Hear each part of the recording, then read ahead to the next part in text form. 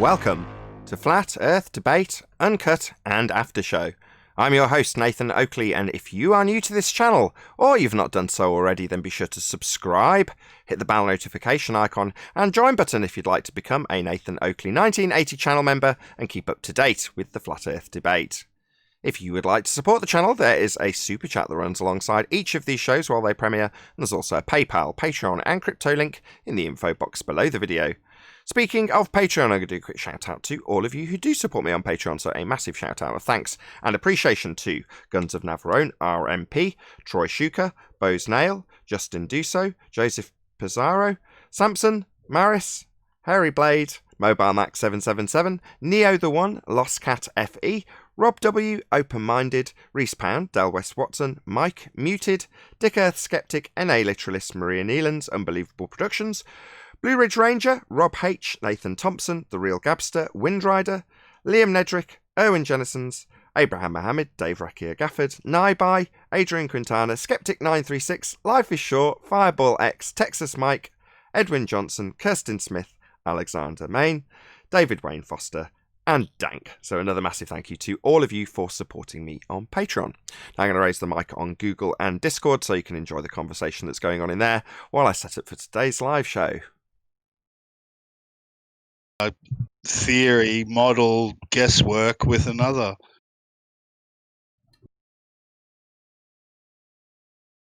Yeah, it's models are archaic.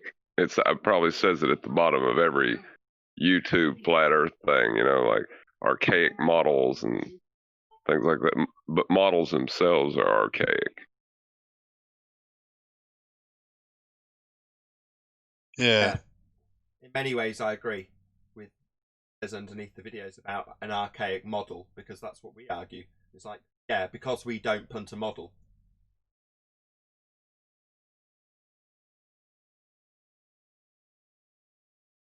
Yeah, once I figured out reality wasn't a model, everything kind of changed.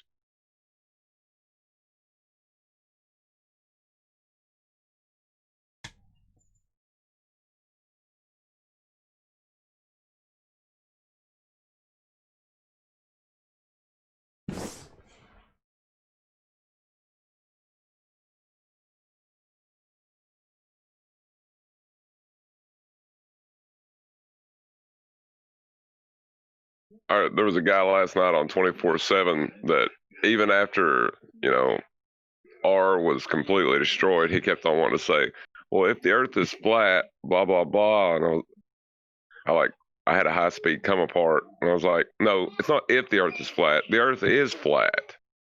There's no if to this anymore.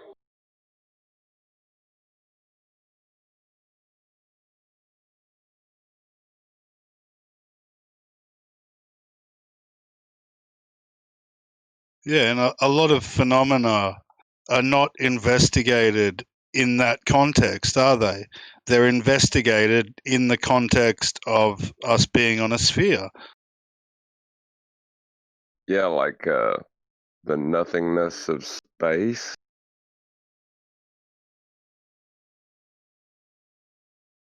You don't.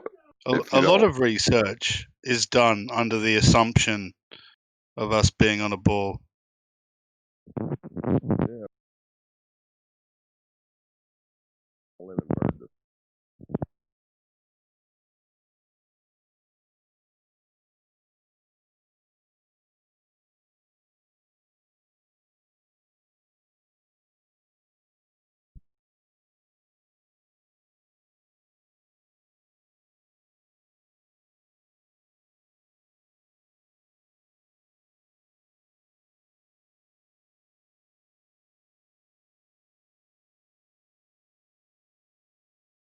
I'm going to stop saying if you don't listen. There is no. Of course, Neil and 10th Man have both vanished from the Google Hangout. So there's very little conversation, obviously. Normally 10th Man that holds the conversation together in the pre-show, right? I'm trying, but I suck at it. Didn't quite hear that, John. Or was that just mumble, mumble, mumble, mumble? Saying I suck it in the conversation. Gone really quiet.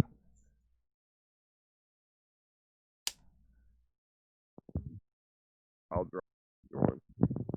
Super, super quiet.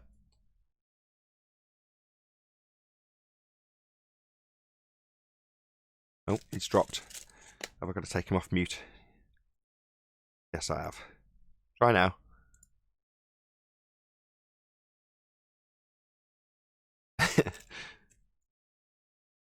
The elevator music. Dun, dun, dun, dun, dun, dun, dun, dun. Can you hear me now? Yeah, it's a little bit better. I finally got Skype in a while. Got Skype? Well, then if you can send me a message. Drop me an email at nathanoakley1980@aol.com and I'll send you my Skype address. You can add me. AOL.com? Yeah. Dang, say. that's an old email.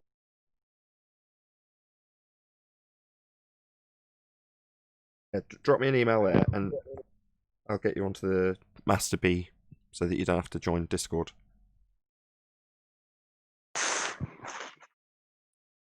Of course, that does put you in a position to actually rumpus me in the show. So... Welcome to the club. Yeah, you're then in that club that I have to actually verbally tell to be quiet rather than just shutting them up. We don't take it serious, but he's got to run the show. Well, I try not to speak too much during the show unless I have something to say, but I'm mainly here to talk in the pre-show. Fair enough. The show's usually best when you get like a baller that's being absolutely ridiculous. You mean like yesterday? Yes. Hey, Nathan, you're going to cut that out, right? Make a little snippet of that guy. Well, because of me accidentally ending both live stream and recorded stream at the same time, it meant that ended up being quite a short show in both after show and live show. And for the live show, it was the majority of the live show anyway.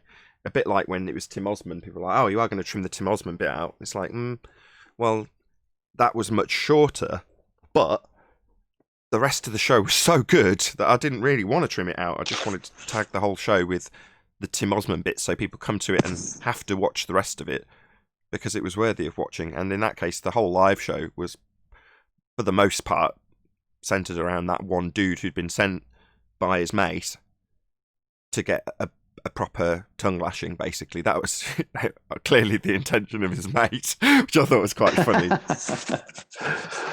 Well, he came across as a person who wanted to control every part of the debate rather than allowing, like when he said, well, it's normal that you first give me your model, then I give you my model, and then we just go back and forth and talk and kind of. So he's trying to do it that way, which is his method. And we're used to, okay, if you're going to make a claim, then provide support for that claim or we're not moving on. Yeah, they're not used to it. It's like, no, the way this debate's going to go is you give me your model, I give you mine, and I show you how my model's better than your model, and therefore I win, and therefore the Earth is my model. It's like, no, begging the question, reification fallacy, false dichotomy fallacy, along with a whole load of baseless generalizations and stereotyping fallacies thrown in for good measure along the way. Each and every one was pointed out to him. None was accepted. None was acknowledged. That was the best part of from an audience point of view, at least mine, was that when we talk to people or others who might listen to a show in the future, they're not generally trained through having their own debate show to recognize or call out. And even if they recognize, they don't know what to call out. But that show yesterday, every time that guy did a fallacy, you recognized it and called it out. So it's a really good teaching lesson of how to spot those things. Well, I dearly hope so. Oh, it was. I kept writing notes after. Now, it's one thing for me to learn it, but I need to, practice it and understand it more to be able to spot it. I mean, it's like your sensitivity to it is much higher than ours, so you get it quicker.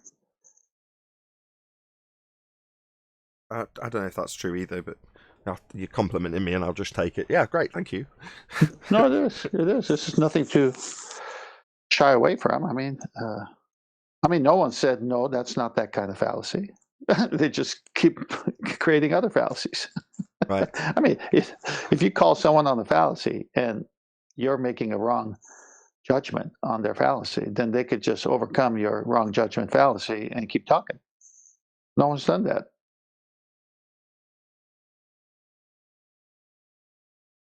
Yeah, but you're up against a brick wall when someone doesn't know how to cope with that, and they're just going to doggedly carry on asserting whatever fallacy they're using at that particular moment, regardless of it being pointed out. They'll just, no, the way we're going to debate is you have to hold up your model in false dichotomy, because that's the way I'm going to be debating here. Well, yeah, that's... Go on, John. No, that was it. I was just going to say, well, we're not. No, we'll point out that that's a false dichotomy fallacy. I think John wanted to say something. Sorry? I think John wanted to say something here. Oh, go on, John. Sorry. I was going to say, you're just miring the conversation down with pointless things like the meaning of words. Yeah, that was good. That was a almost verbatim quote, but the meaning of words that he had used. So in that particular instance, the word was experiment. There's numerous experiments to prove gravity. All right, what's an experiment? Let's not get marred down with what these words mean.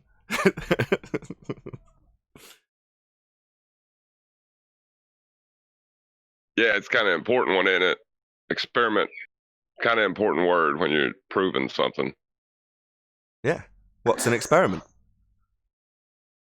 It's like a car dealer telling the prospective buyer, yeah, there's a V8 in there. Yeah, can I see it? Well, let's not get mired down with the size of the engine. Look at this upholstery.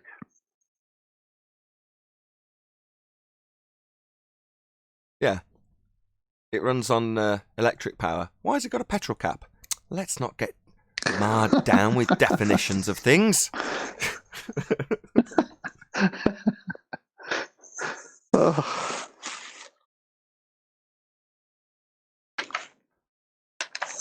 Yeah, when you ask them for what science was. Yeah, they don't know. Go on, John. I asked somebody what imaginary meant, and when they were talking about when I got on the imaginary container kick, and they flipped out on me. They put what on you? Well, they flipped out because imaginary is not real, but they, I don't know, just there's a lot of cognitive pain that comes with the globe. Indeed. When you, I think it was gravity experiment. What is an experiment? And then he goes to you, well, what's your experiment? And you go, well, that's a burden of proof reversal fallacy. I'm not claiming. Oh, that was so Ed's dumb. really He's good the at one those. claiming it. Ed's good at what? Burden proof reversal fallacy? Oh, yeah. He's the best at them. Who's Ed? Who's Ed? Not Ed Freeze. The one that said, how does the sun illuminate underneath the clouds? Oh, him. Yes, I do know who you mean. Yeah, I think you're right, 10th. I think it's called Ed Freeze. Yeah. Yeah, he's a master of burden of proof reversal. But that's I don't know if this is about all they got. Well, I don't know if it's a human condition. So if you assume that the guy yesterday is just average Joe, but moderately educated in the heliocentric model or in this debate, he's still just an average Joe, and he's used every single fallacy and trick under the book that we see here. Well, not every single one, but you know what I mean. Yeah. Let's just say 5 in a row, maybe. But therefore, wouldn't that just be the human condition? And I've seen it from our own side. From, it doesn't matter if it's, I'm not picking on you, 10th, but if it's a religious connotation that's being debated about, I see the exact same obfuscation, use of fallacy, those same exact things. So I just think it's a human condition as opposed to a globe thing. Especially when you've got... Go on. No, Yeah, I I agree. agree, because if you're going to go on Holy Scripture and something that happened 2,000 years ago, or even if you go Old Testament and say it happened much longer than that, you can't bring the scientific method into that. So you're going to have to go to evidence, and you're going to have to say, were there any eyewitnesses? How many documents? How close? Were there eyewitnesses alive at the time, and were there other eyewitnesses? And it's a more of a court type evidentiary No, way not to court. go about it. No, not legal. Historic. It's a historic standard that you're utilizing. Well, yeah, that's fine too. So the point is, you got to stick to those rules of that, but they try to bring it over to the scientific to prove faith, and it's like, no, don't do that. That's not the way to do it. Well, this was specifically about a firmament container. It's like, I don't know what's containing the gas. I know we must have containment, but water's above, and it's like, your historic standard's not going to fly when it's something that's completely unverified. Sorry.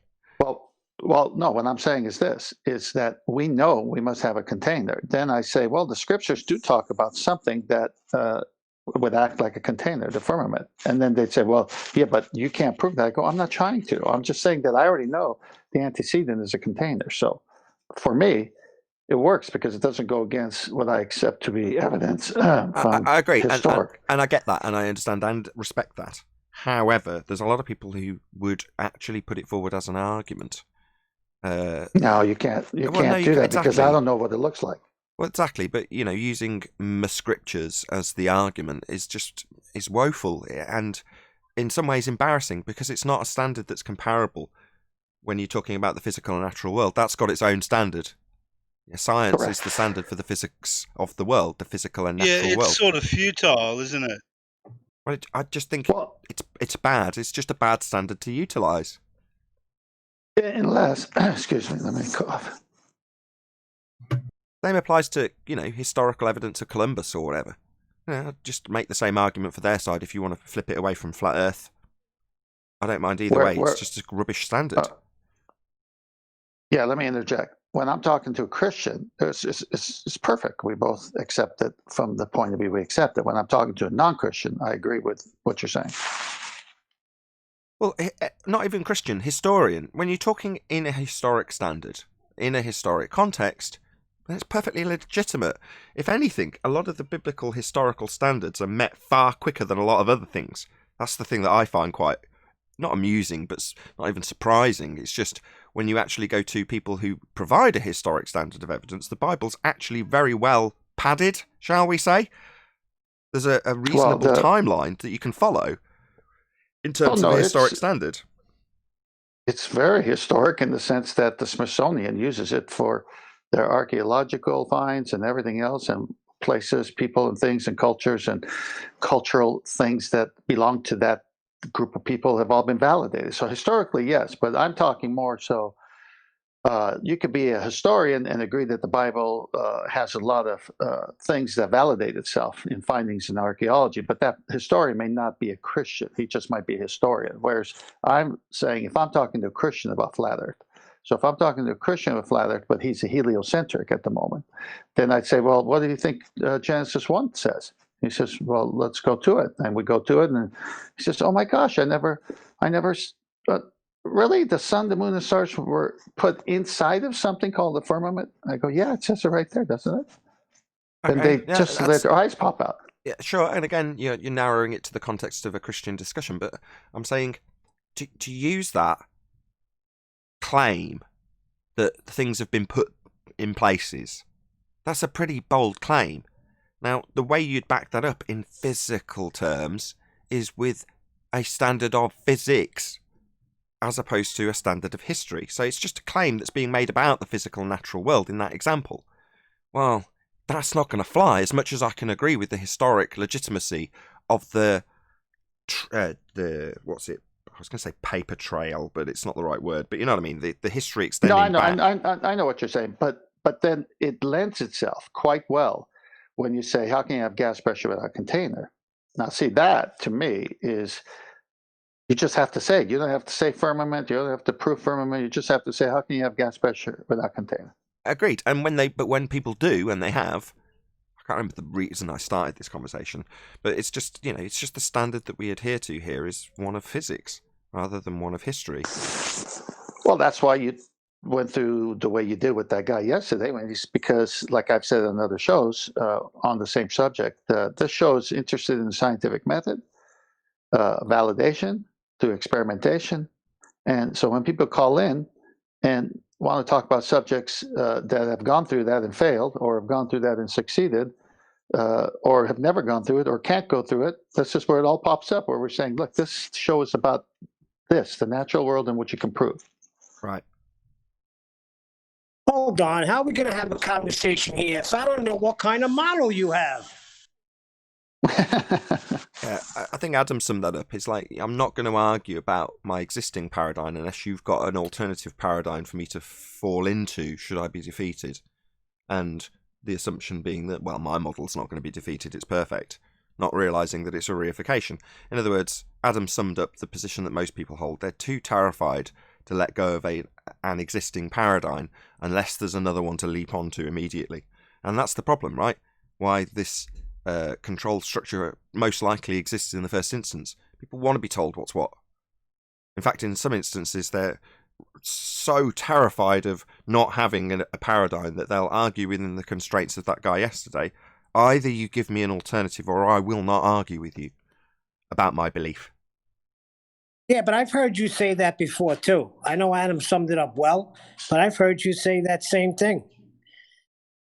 It's normally Adams was too, but in terms of an explanation for a false dichotomy fallacy. That's normally the context I put it in, whereas Adams just personalising it to, a bit more psychologically analysing the circumstance, which is to say, I'm not going to argue about this unless there's an alternative explanation that I can then move on with my life with. Because, there's no need for us to provide an alternative whatsoever to destroy any claim that's made about a heliocentric model that we don't live on. You don't need to provide anybody with anything. You just can contest their point and take it to pieces. That was the exact tactic that Aaron Ra used against Nathan Thompson in his recent debate. He's kept off or held off making claims about the heliocentric model, instead took apart the claims made by Nathan Thompson. Yeah, and said that if Nathan couldn't provide a model, that he wouldn't, that he had nothing to challenge his model with because of him not having a model. And did Nathan Thompson point out the false dichotomy and reification fallacies that are being utilised in that example, or not? Not really. That's fair enough. I mean, if you don't recognise what's going on, then you don't recognise what's going on. If you don't see that somebody's saying, no, you must hold up one of two choices for the audience to pick between, doesn't matter whether or not either of them are right, we want to see which one's slightly better than the other, and that's going to be our world. Well, no, that's a reification fallacy wrapped up in a false dichotomy. Reification of a model, because we're not standing on a model, the map is not the terrain. And why would it be that choice A versus choice B leaves us with a correct answer at the end? Well, it doesn't necessarily. This correlation isn't a standard that we would ever adhere to because we don't stand on a model. But Aaron Ra's going, either you've got an alternative model to argue about, or my philosophy wins. My philosophy's reality then. Unless you've got a philosophy that you can argue the counterpoints with. I don't need one to pull apart your philosophy and point out how we don't live on your model. And no explanation from me is required, and why would I be so arrogant as to provide one when I don't necessarily have the education or the research to provide one? But that doesn't stop me from pointing out the arrogance of people who have assumed one and presented it to the rest of the Western world so that people like Aaron Ra can assume it and reify it. One of the things Nathan Thompson said in response to that was that dismissing of or dismantling of his model did not require, him replacing it. Well, no, that is pointing out. Well, that is pointing out that there's a false dichotomy. The standard, the burden is on the person making the claim, and it's not up to the respondent to in any way provide an alternative to demolish the claim. So Nathan Thompson did indeed do that then. So yeah, I thought Nathan would be on point with that, and he is good. He was so on In another Sorry, go ahead. analogy to that same point, if someone is claiming person B committed a murder, and that would represent their model in this case, and it's proven that person B didn't create the murder, then the lawyer for person B would say, well, then who is the murderer? You say, well, we haven't discovered that yet, but we know person B isn't, so quit saying person B is. It's like, why do I have to, if I don't know who it is, but I can prove what you said is wrong, what's the problem with that? Yeah, or to put it another way, it's not up to the person who's on trial to find an alternative crim to put in place of them on the dock. That's not what is required. You have to demonstrate in that instance that you weren't possible or weren't capable or weren't available or weren't in the right place at the right time to perform what you're being accused of. Not to say, well, no, actually, here's my alternative theory for who did do it. No. It's up to the person to prove you wrong, not you to find an alternative. Yeah, that's funny the way you said. Well, that's why you have alibis, right? I was here at this date and time. There's evidence proof, so I couldn't have done it. Well, then who did it? It doesn't stop that being the case in an illegal scenario. More often than not, in fact, people will come up with an alternative as a defence. Well, I think it was this person. It was actually Mr. Plum with the candlestick in the dining room. I was in the bedroom. Scarlet. It doesn't help when flat earthers grab. Then there was 3. It doesn't help when flat earthers grab, global projections and try to claim them as a model. That's a trap that's left. Well, I remember on many occasions since being in this topic, people say, okay, so what is Earth? And I go, well, I don't know exactly. I know that there's hills, valleys, and, flat spots. I go, but the ocean's level and water finds its level. So, we're known as flat earthers. But until you give me the proper equipment and a funding that can not end real soon and allow me to explore, it's hard to say. I've chatted with Mark Sargent personally about this. I've sat down over a table and discussed this with him, and in many calls and discussions that I've had with him personally, some of them broadcast. And depending on your understanding of the subject matter, which Mark is right up there, top of the pile, he knows most, if not all, of the arguments and the rebuttals. He's very well educated in this regard. Now, he understands what the azimuthal equidistant projection is when he holds it up. And he understands its use as a tool with disclaimers. So he will disclaim, not necessarily in the words we use, he won't necessarily call it a reification fallacy, but he will give those disclaimers. And that's because he appreciates what it is and where it's come from. And he shows the links of the people who use it. And he details what it is in terms of a spherical projection. So if you've got a good, and I do mean a good, understanding of what that is and what it represents, where it's come from, and you still choose to use it as a tool, as Mark Sargent does, and I've discussed this with QE, both he and I are of the exact same opinion, more power to him. It's more of a problem when people don't appreciate any of those things and then hold it up, only for their opponent to say, well, that's come from a globe. You're just proving a globe. That's the easiest thing they could do. Obviously, it might be a lot more long-winded, but it depends on the skill level of the person wielding that tool. And that's all it is. That's all the azimuthal equidistant projection is. It's a tool. Well, it can be a tool for deceiving people into a spherical belief, reification of a sphere model. It can be used as a tool to show people how they're not standing on a sphere. But the danger comes when the reification comes. Well, this is the terrain we're standing on. This is representative of the land. No, the ground you're standing on is representative of the land you're standing on. Not a model. I found the AE map really helped me visualize an alternative model that I'd never conceived of before. Yeah, useful to keep you in a paradigm of a model, to be a bit more negative now that we've got that out of the way with Mark Sargent. Useful that you should be considering the false dichotomy of two different models and investigating how your model might work, so that when someone like Aaron Ra comes along and says, well, what's your model? You'll be ready and waiting with something you can pull apart based on flight times or some other nonsense. And then say, well, my model's better. Therefore, my model's the world.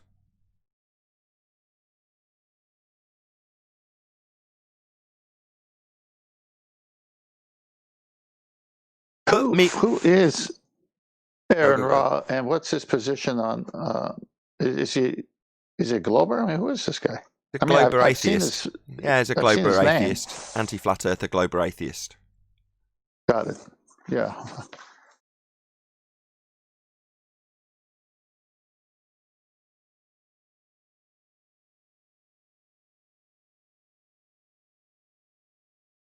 I'm sure QE's pulled apart him and others in specific shows. So if you typed in Quantum Eraser Aaron Ra, then you'd find his pulling apart of Aaron Ra's doing whatever he was doing. Not as interesting to me because it's about Christian versus atheism. But yeah, he's certainly featured in some of QE's presentations. I don't know. I don't watch him. I don't know what he's about really, other than seeing people's clips of him. I've seen his picture and his name, but I don't watch him. Same here. So, I've got a vague idea what he does and who he is.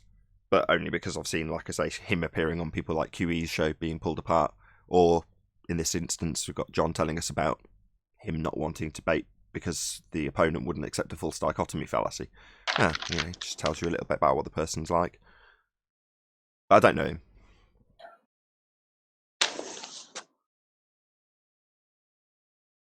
So yesterday, with the little bit we have left, he went to Cavendish. Yeah.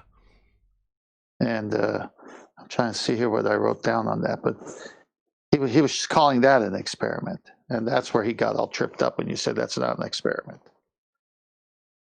And we don't see it in nature. No dependent variable, correct. No viable dependent variable, anyway. Yeah, they throw that word science around so loosely nowadays. Yeah, indeed. That's why I wanted him to find what an experiment was. Or is. I mean, you got me trained. When people say science, they go, "Oh, you have a dependent variable." They go, "What?" They don't know what I'm talking about. That's good. That's what it's all about. Just recognizing those keywords and tying them down on what they actually mean. And very quickly you'll find that they might get objectionable to the fact that you're asking them to define the word that they're about to use as a proof that the sphere is beneath your feet rather than the model they're actually arguing about, reified with the word science or experiment or whatever use of magic that they want to employ when they don't actually have any science.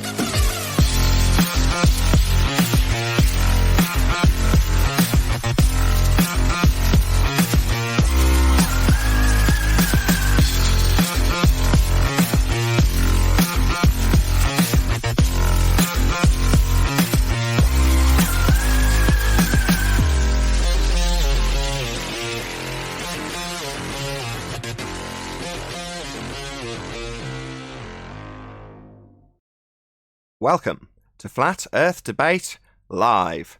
I'm your host, Nathan Oakley, and if you are new to this channel, or you've not done so already, then be sure to subscribe, hit the bell notification icon, and join button if you'd like to become a Nathan Oakley 1980 channel member and keep up to date with the Flat Earth Debate. If you would like to support the channel, there is a super chat that runs alongside each of these shows while they are live. There's also a PayPal, Patreon, and crypto link in the info box below the video. Most importantly, if you'd like to join the discussion, simply mute the page you are currently watching, then click the link in the info box below this video to join the panel and express your views on the nature of Earth. If you do join, please don't swear. If you do, you'll be ejected. And if you are, please don't try to rejoin the stream using sock accounts. You'll be warmly welcomed back on the next stream. Please also share the show on social media. Sharing the show obviously increases the live audience, but this in turn increases the chances of a more diverse panel, so please share the show on Facebook and Twitter. One last time, if you're new to the channel or you've not done so already, then be sure to subscribe, hit the bell notification icon and join button to keep up to date with the Flat Earth debate. Now, we are joined by 10th Man and Neil in Google, together with a whole bunch of people in Discord. So welcome, one and all. Hello, hello, everybody. Hello, hello. Hello. Hello, good morning, good morning, good morning. Any evidence of a physical geometric sphere-edge horizon, formerly known as the curve of the Earth? The beautiful black swan took care of that. There is no evidence for that.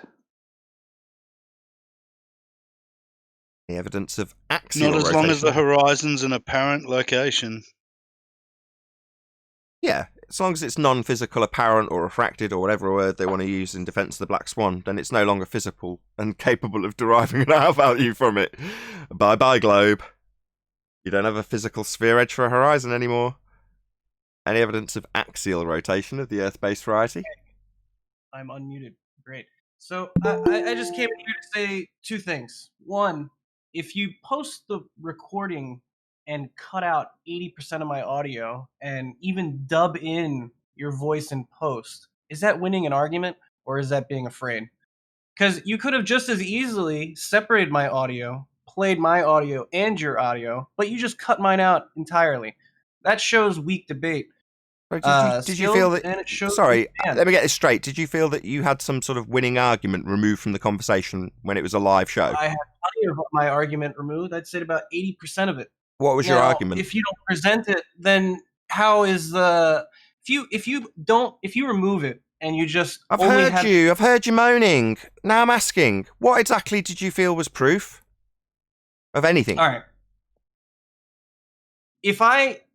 If you say, what's an experiment? And you badger me about definitions, and then I'm like, all right, give me your definition, and I accept it. I just say, okay, that's a great definition, let's move on. And then you try to keep going back to it. That's weak arguing, right? Because you're just trying to mire the conversation in definitions. Okay. Now, can I respond, or are you going to babble on indefinitely? Can I respond? Any chance I can respond? Because you just seem to be talking indefinitely. Hello? Hijacking this show by talking indefinitely isn't going to help your cause. There's two I'm examples. just trying to respond to you and you're not shutting up. I'll try again. So, you agreed with my definition of what an experiment would be. That would be a hypothesis test. Yeah? You then later went on to assert that Cavendish was an experiment. Well, that would be a hypothesis test, meaning it would have... I'm still talking. You see, this is why I have to shut down people's lines. Now, you're moaning that you're not getting heard. No, I am shutting down your line while I'm talking and you are interrupting. So I'll try again. You agreed with my definition, hypothesis test. That would imply, were Cavendish to be an experiment, that it would have a valid hypothesis. Now, I point out, and there you go again. Maybe I'm censoring you while I shut you down while I'm in the middle of a sentence. So I'll try for a third time. Oh no, third time interrupted immediately. I'll try for a fourth time. Fundy, who is going to interrupt me and then moan about being censored. Shut your mouth while I talk and explain your error. Do it again. Interrupt me one more time, Sunshine. Just do it. So Cavendish, quote unquote, experiment does not have a valid hypothesis. The reason being, the DV, dependent variable, that would be naturally occurring phenomena, is a man-made phenomenon, not something occurring in nature. In fact, the very notion that it occurs in nature was superseded 106 years ago by Einstein. So that's no longer even something considered. It's considered bending for space. So I detailed to you how the non-stop Fundy muting by you talking through every word took, I believe, 9 attempts for me to explain what I've now explained to you again for a 10th time. That the Cavendish experiment isn't valid, replaced by Einstein, and does not have a dependent variable. So the fact you've agreed with my definition of hypothesis test, and then I have detailed why it doesn't have a valid hypothesis, is to demolish your claim you have scientific validity for gravity. Do you understand? Holy shit, you don't stop talking. All right, so if you're going to let Don't me swear. respond, let me actually Don't respond swear. this time. Because you will say I'm talking too long. Shut up! Do not swear on my show.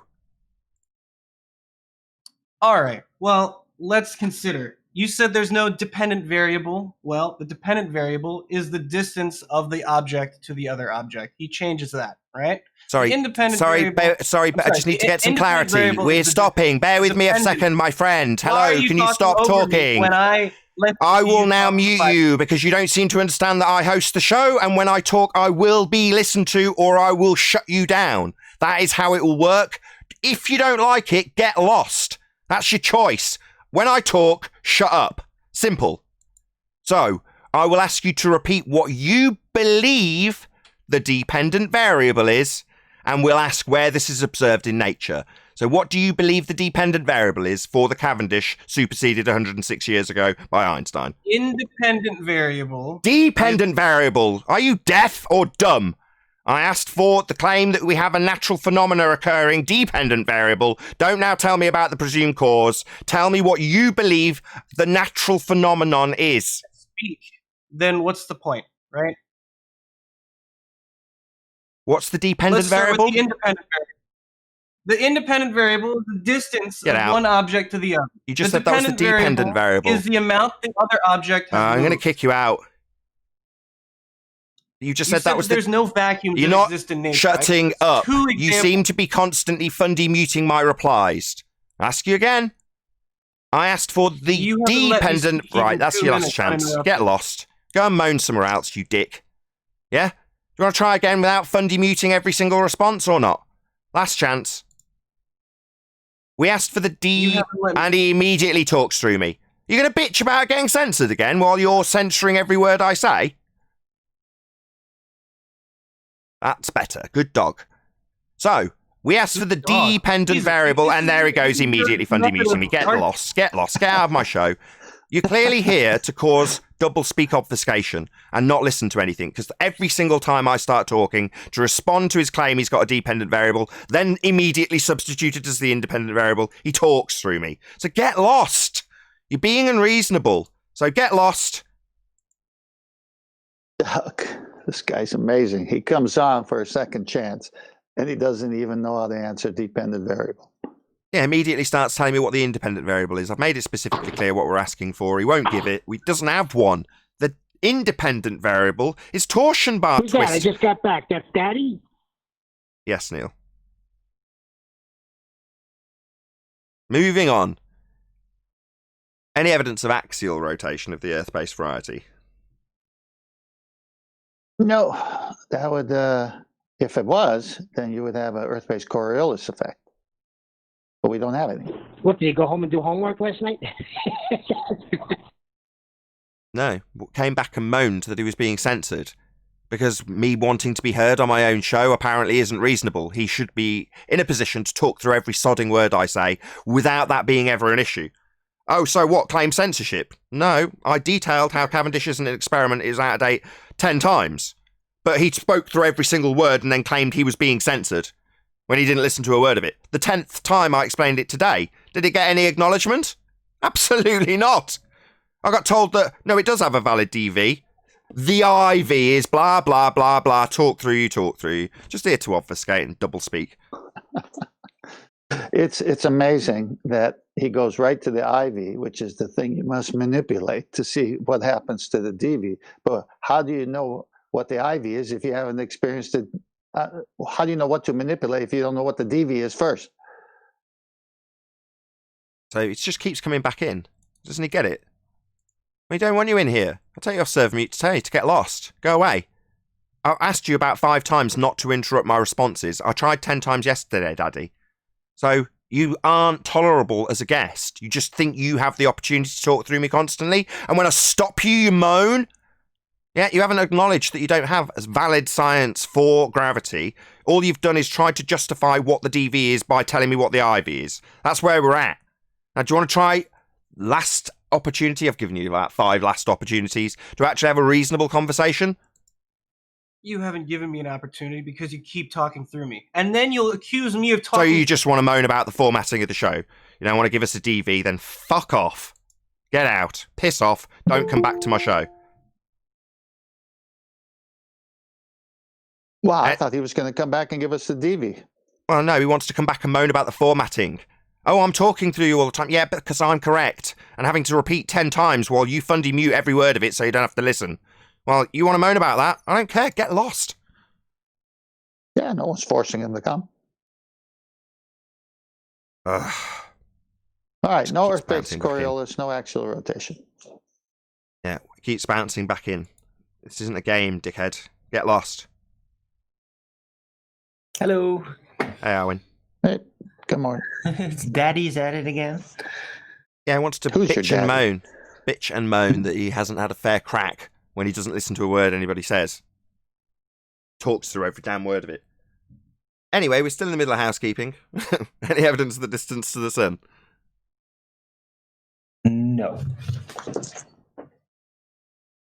Maybe an apparent distance, but not actual, as far as I can tell.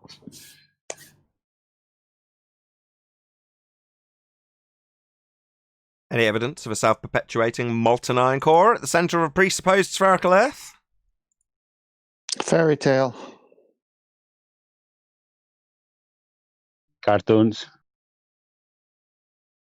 Oh, the R value. Any evidence of the presupposition thereof? The R value.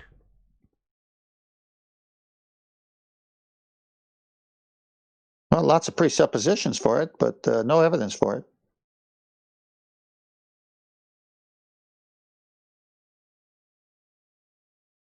Any No scientific... tangent line. Say again, George? No tangent lines. No tangents, right. They haven't got a straight line to a physical horizon anymore. Black Swan, baby.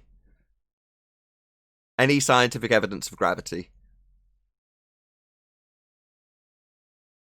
It's a reification fallacy. Yeah, good There answer. is no downward bias. I had to explain that to somebody on my show in the last 15 minutes today. I couldn't watch. I was setting up. I was tuned in for the majority of your show. Go on. Tell us all about it. He heard about it, about the concept. So he's like, oh, incoherent magnetic attraction. So it's like, okay, so if something is universal, then why would you assume it could be incoherent? Like, something might be incoherent somewhere, but when it applies to something that is universal, that's like paradoxical, at least verbally, at least semantically. So, but yeah, I just tried to explain relative density and that, he said, but a helium balloon goes down in a vacuum. It says, yeah, because that evacuated lower pressure gases surrounding the helium balloon has a lower density than the helium balloon, so it'll go down. But if it was filled with regular air, it would go up. Because the only thing that matters is the relation between the density of the object and the density of the medium. That's the only thing that matters. Right, and if there is no medium, then there's only one medium that's being described, i.e. stuff in it. That would be the balloon itself. So the balloon itself in that example has helium expanded in all directions and filling the helium balloon, which is somehow put into an arbitrary, very unnatural circumstance of being in a vacuum without it popping. Okay, but inside the balloon, the gas isn't pooling at the bottom, regardless of the balloon itself being in a vacuum chamber. The gas inside the balloon isn't being affected in any way, shape, or form. It's still filling the space. Right, it'll still go wherever it can in the available volume. Hey, Adam. Afternoon, guys. I like that helium balloon in a vacuum chamber. It's a very good example of gas pressure and how balloons work and how that relative gas pressure of air pressure outside, and when you take that away, you see how powerful just those little heliums are with nothing else compressing it in the atmosphere. The balloon expands. So that's how powerful those little tiny millions and millions of tiny collisions are enough to expand that balloon and hold that rubber stretched. It's great examples to me of the power of these collisions. Indeed. Speaking of collisions, any evidence that you can have, last but by no means least, gas pressure without the necessary antecedent of a container to press upon? Helium balloon in a vacuum chamber. It's got a chamber around it, though. The helium balloon itself is a container for gas to press upon, and as I said earlier, it's expanded equally in all directions to fill the availability of volume. It's not pooling at the bottom of the balloon. Not going down, go boom boom. You got a good point there.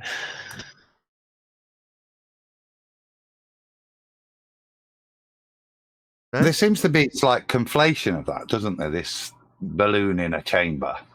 As if the fact that this helium gas in the balloon, and then you put that in a vacuum chamber, as if that demonstrates the behavior of gas in a vacuum chamber. It doesn't. It shows the effects of a non-rigid container when you manipulate the external pressure and how that affects the internal pressure of a non-rigid container. It's all that's showing to me, those vacuum things. It certainly has no demonstrative purposes with regards to gas behavior when placed into a... No, but it still has a demonstration of gas behavior inside the balloon, though. Yeah.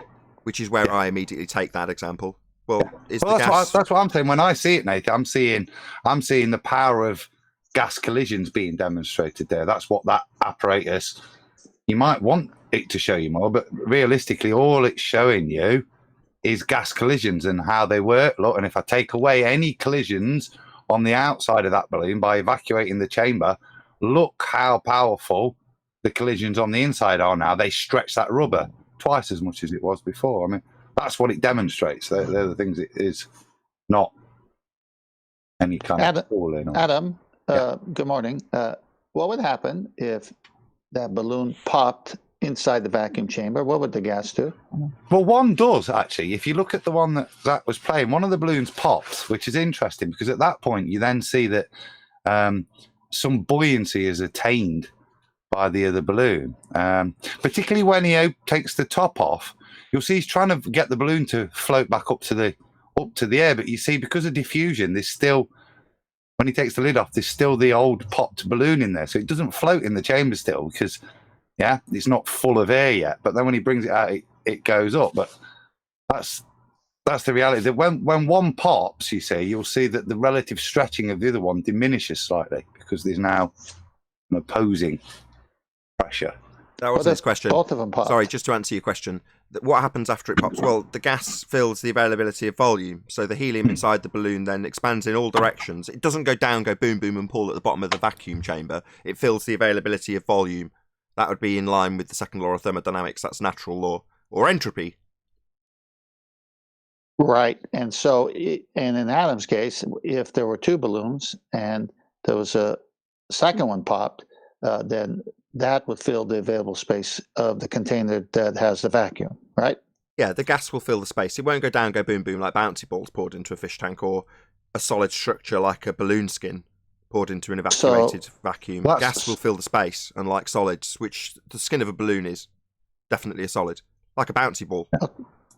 Right. So since they know that, and we know that, then what's the purpose of showing us a balloon with helium inside the vacuum chamber that goes down, but the gas inside the balloon is going in all directions? When popped, it finds the available space. Are they trying to somehow avoid, can't have gas pressure, or you can have gas pressure next to a vacuum and it won't go into the vacuum? Because once they pop it, it does go.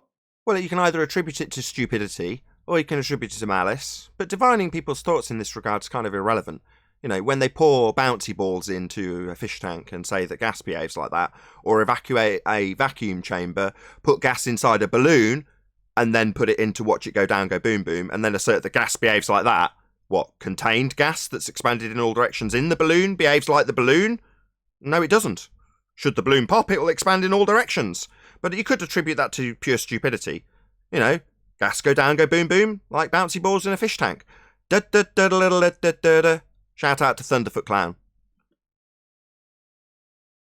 I'm going to have to go look at a few of these videos then, because I want to see what they're subtitled. Because if they're saying that this proves gas goes down, goes boom, boom, it doesn't, because once you pop the balloon, gas doesn't go down, go boom, boom.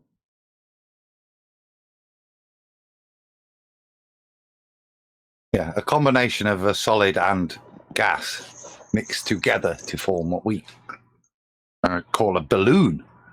Yeah, an inflated balloon will go down in a vacuum, irrespective of whether what gas is in there. The simple fact that what you've got is more dense than the vacuum is what you're demonstrating there. The contents of that solid container are kind of irrelevant with regards to what you're demonstrating, because the main thing that's occurring there is the density differential between the solid skin of the balloon, in respect to what it's filled, and the couple of molecules that are in that vacuum. But that's your point. It's contained. Yeah. Did someone say container? Yeah, balloon's a container.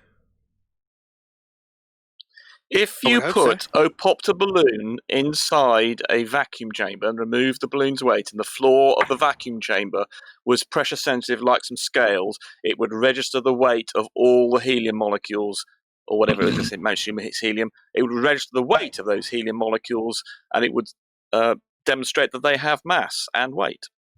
What? So you can weigh a helium molecule? Of course you In can. a container. Well, the thing is about helium molecules, they will dash off, but if you contain them within an environment, they... Oh, so you need a container then? So, Flatsoid, you're right. Yeah, we definitely need containment. How do we have gas pressure on Earth if it's not contained? It is contained by gravity, of course. No, that's not a container. Gravity is not a force, nor is it a container. Something like the wall of a container exerts a force on the molecules, just like gravity exerts a force on the molecules in our atmosphere and holds them to the Earth. It's very simple.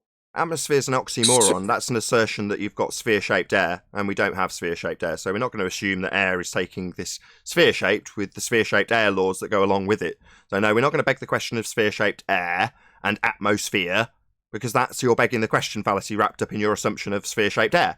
So let's not do that. We are pointing out that you'd need containment, and you're saying, well, gravity. But in order to weigh the air, you'd need it in a container. Discussing. What was the question? It's an assertion, a fact. In order to weigh this gas to assert it's got weight, you need a container. Well, only because it will disappear off. So you need a container then. So therefore, to juxtapose it by saying, well, weight is attributable to the gas that I call sphere-shaped, means it's going down, go boom, boom, with weight. No. Device simply needs to be... Why did you ask me for clarification just to talk through me? I don't really understand. You're doing the same thing the other guy did. You seem to be talking through me, fundy muting, censoring even. Molecules. Why would you censor this? Are you scared of me pointing out natural laws? Scales. You scared? You can seem to be talking through me. Helium molecules. You seem to be talking through me rather than listening to me and then responding to my points.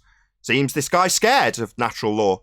Why don't you try taking it in turn? Why don't you try responding to the fact that you need a container to weigh a gas, and then a juxtaposition with something that has no containment won't give you weight, because you need containment. Maybe ignore it or talk through it constantly because you're scared of it.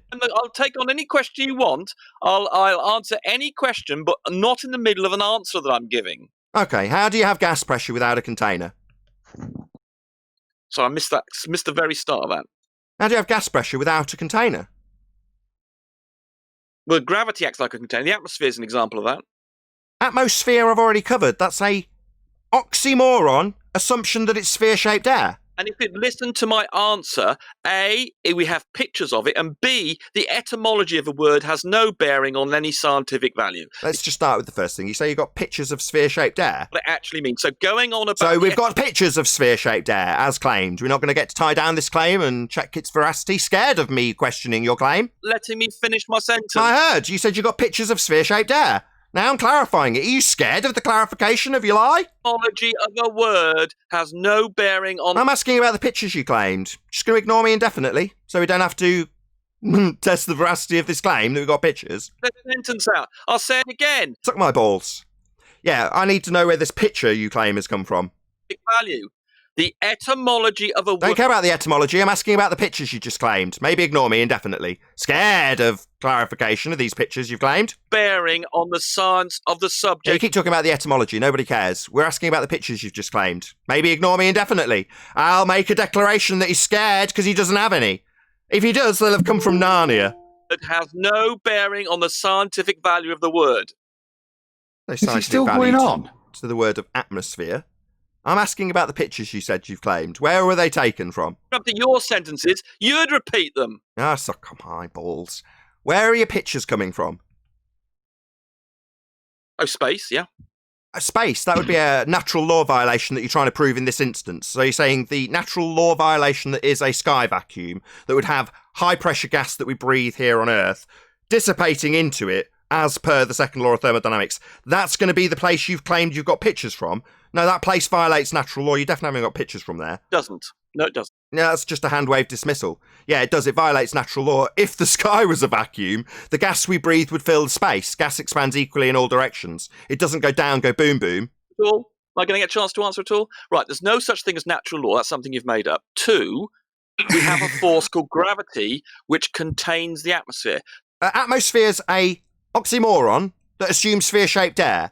Your proof of this sphere-shaped air is to beg the question of the place you're trying to prove that's outer space and claim there's pictures from there, even though it still stands in violation of natural law, which you're now denying completely. Yeah? You're saying there's no natural law, entropy, you don't think entropy is real? I just need 5 more seconds. No, you need to suck on my nuts. You are denying entropy. You said there's no such thing as natural law. Seconds, and then you can come back at me. No, I will just declare what I've declared, and you don't have to like it. You can talk through it and ignore it, and the audience can hear it. He's scared about claiming pictures from Narnia, because that doesn't in any way justify or prove the second law of thermodynamics violation sky vacuum that would have the gas we're breathing filling it. That's what gas does. Gas doesn't go down, go boom, boom, and asserting that it's got weight requires containment, and his sphere-shaped air doesn't have containment. It's an oxymoron. Air isn't sphere-shaped, it takes the shape of its container. I just need 5 more seconds. I don't care what you need. All you need is to say I need 5 more seconds about 50,000 times so that every single time I make a point, you don't have to acknowledge it. So I detail natural law, you deny it and say natural law doesn't exist. When I point that out, you tell me that you need 5 more seconds because you've spoken through every single word I've said. So you don't have to acknowledge it, you're a coward. I'm just showing you reality. Right. Reality? Second law of thermodynamics. That's reality. It's natural law. Law of nature occurs always. That is something that is absolutely real. You're saying it's not even real. Entropy's not real, according to you. I have no respect for you anymore if you deny entropy. Effectively have little springs on them, pulling them towards the earth, and that's why... What?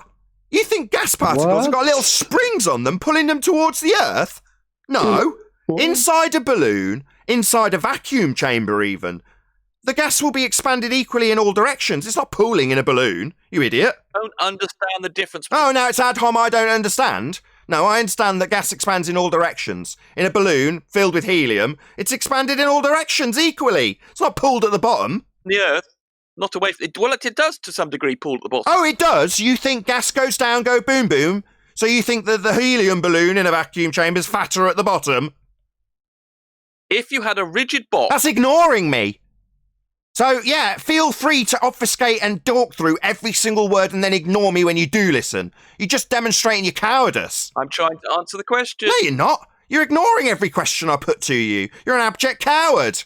Hello, you don't like me answering your questions, do you? What, we're saying gas has got little springs pulling it towards the earth? It's the most absurd thing I've ever heard. Question. You don't want me to answer your question. You said you've got little springs on gas particles. It's absolutely absurd. You don't like me answering your questions. I heard your answer. It's absurd. Are you deaf? My answer again. You see, you won't let me answer your question. That's all you've got to claim I'm not listening when I've heard. I heard. It's got little springs on it pulling it towards the earth. No, that would be weight, which requires containment, something you've not acknowledged. I've defeated this argument. You just keep circle jerking back to it. What, gas has got weight? Well, where's your container? Some helium in a container. So we need a container then. So back to my original question. How can you have gas pressure without a container? If you put some helium in a container... So we need a container, and Earth doesn't have one. Bye-bye, space. Space is fake. You need containment. Some of the container... Yeah, we know we need a container. Rumpus knows we need a container. You all know in the audience we need a container. Containment is required for gas pressure. That's right, Rumpus. Well, your sphere Earth model doesn't have a container. Slightly greater than the top of the container because of the weight of the molecules. There you go. So we need containment. So how do you have gas pressure on a sphere Earth model without a container? Gravity pulls it down. You don't need a container with the Gravity's to assert that gas goes down, go boom boom. And it doesn't. It expands equally in all directions. It gets to a limit. It will only go so far. Gets to a limit? So special pleading now? There's a force called gravity that holds it. Oh, so back to asserting your fundy belief in a non-force force that's not going to act on gas and doesn't violate entropy that you deny. It doesn't violate entropy. Oh, I thought it didn't exist. I thought natural laws didn't exist altogether. Now it just doesn't violate this natural law you claim doesn't exist. What do you think holds... Why are you asking me something? Gas does not go down, go boom boom, Rumpus. It's not got little springs attached to it pulling it to Earth. I can demonstrate it by putting any gas into a helium balloon, or any gas into a balloon like helium, and showing that it expands equally in all directions. Other than a special pleading fallacy about your sky vacuum you think you got photos from, you don't have anything that violates this natural law. Oppose forces. Entropy cannot oppose... Why are you talking about entropy? You said there's no natural laws. Just like... Why are you now talking about entropy and appealing it? Why are you appealing to this thing that you don't have? We've got about 5 subjects on the go, and I'm trying to pick on one of them and finish it off. So you're talking about entropy and why doesn't the gas disperse and why it's a violation of the second law of thermodynamics, not that you know the difference between the second law of thermodynamics and entropy. And the reason is entropy does not oppose forces. It tells you what will happen when forces are present. And there are forces present in the atmosphere, the gravitational forces, and entropy will just tell you what will happen to the distribution of molecules and things under those forces. It doesn't oppose forces, just like a brick is held together because of the forces between the different parts of the brick. If entropy was able to oppose forces, a brick would fall apart, but it doesn't because the forces inside a brick hold it together, just like the forces holding onto molecules hold them to the Earth. Oh, I see. So, like a brick, does gas have intermolecular bonds? No. So it's not comparable then? Any sort of forces doesn't matter. Any sort of forces? A brick's got intermolecular bonds and gas doesn't. Unlike a brick, gas expands in all directions to fill the availability of volume, Rumpus. Why are you comparing fictitious forces that aren't a force with intermolecular bonds that a brick has? Gas doesn't have those, mate. Are you thick? Because I'm demonstrating the... You're not demonstrating anything. You're making a false comparison with bricks that have intermolecular bonds with gases that don't. Stand. You seem to be talking through me. You scared? You scared of me pointing out that bricks have intermolecular bonds, coward? I'm more than happy because I can expose you on every single example. Right, so Nathan, you know that there's a force pulling you down when you go. I know that there's no intermolecular bonds in gases, and you've just compared them to a brick and said it's like the forces that stop a brick flying apart. That's what it's like. No, those would be intermolecular bonds, not gravity. You're just a clown. Come the forces. You seem to be talking through me now. Who votes I get rid of him? Because he's lost. He's just compared the forces that are like gravity to intermolecular bonds, and gas does not have those. So he's lost. And he's just going to talk through every word from here on in. Coward. Overcome before he goes, entropy Nathan, overcomes gravity is what you're saying. Just And I'm ascertain pointing out from to you... him. I know he's rambling a bit, but can you just find out what these tiny springs are made of? Oppose the gravitational forces on a molecule in the atmosphere. What are they made of? I'm demonstrating to you a principle which you keep on using, that entropy can oppose forces. It cannot. It cannot oppose forces. It cannot oppose the gravitational force. The springs. Tell us more about that, Rumpus. I missed the start of that question. What springs? The absurd nonsense you spouted earlier. Yeah. We want to know what they're made of, these tiny springs, Rumpus. It's conceptual to explain to you in a way you might... Oh, conceptual? What does that mean? Does that mean real? Real? Does that mean real? Like we're describing here, the physical and natural world, reality. Is it real? The force, are you denying the force? Seem to be ignoring me. What a coward. Rumpus is getting absolutely annihilated today. And like an abject coward, every time we challenge anything he says, he ignores us. Because he's a total coward. So... Intermolecular bonds in a brick not comparable to non-force forces. I'll quote George Musa, gravity's not a force. So how is it comparable to intermolecular bonds that are holding bricks together? It isn't. Scales measure, Nathan. When you get on the bathroom scales, Yeah, they don't are forget force you measuring made up natural devices. laws, They too, on measure top of the that. force of gravity acting upon you. And you can put gas on a scale because, like, the container moves towards the gas. You can put gas on a scale. If you then put a, for instance, what, a container? If I have a container, yeah, we'd need containment for gases because they expand in all directions. Now, I've got lots of intermolecular bonds holding me together, unlike gas. Wandering around, and then you can weigh them. Okay. And you can do this by, as I said earlier, put the helium inside a balloon. You can measure the weight of the balloon in a vacuum chamber. You take away you then just weigh the empty balloon, and you subtract the two. That seems like we've got two containers. Why have we got two containers in this example? Really simple. Why have we got? I've got a question, coward. Why have we got two containers in this example? You're the big coward. Why have you got two containers in this example? Your position, Nathan. You wouldn't overtalk. You coward. Why have we got two containers? What happens inside the first container, the balloon? You're worried about being exposed as an idiot. What, when I ask what happens inside the container of the balloon? So is that your question? Yeah. You want me to tell you what happens inside a balloon? Inside the container of the balloon, does the gas expand in all directions, or does it go down, go boom, boom? It does expand. Inside the other container. Shut up! It behaves like a collection of bouncy balls subject to gravity. Oh, so gas will eventually pool at the bottom of the balloon then? I'm answering your question. So gas will pool at the bottom like bouncy balls would pool at the bottom then? Question, but you won't let me. Yeah, you just seem to be ignoring my response to your response to my question.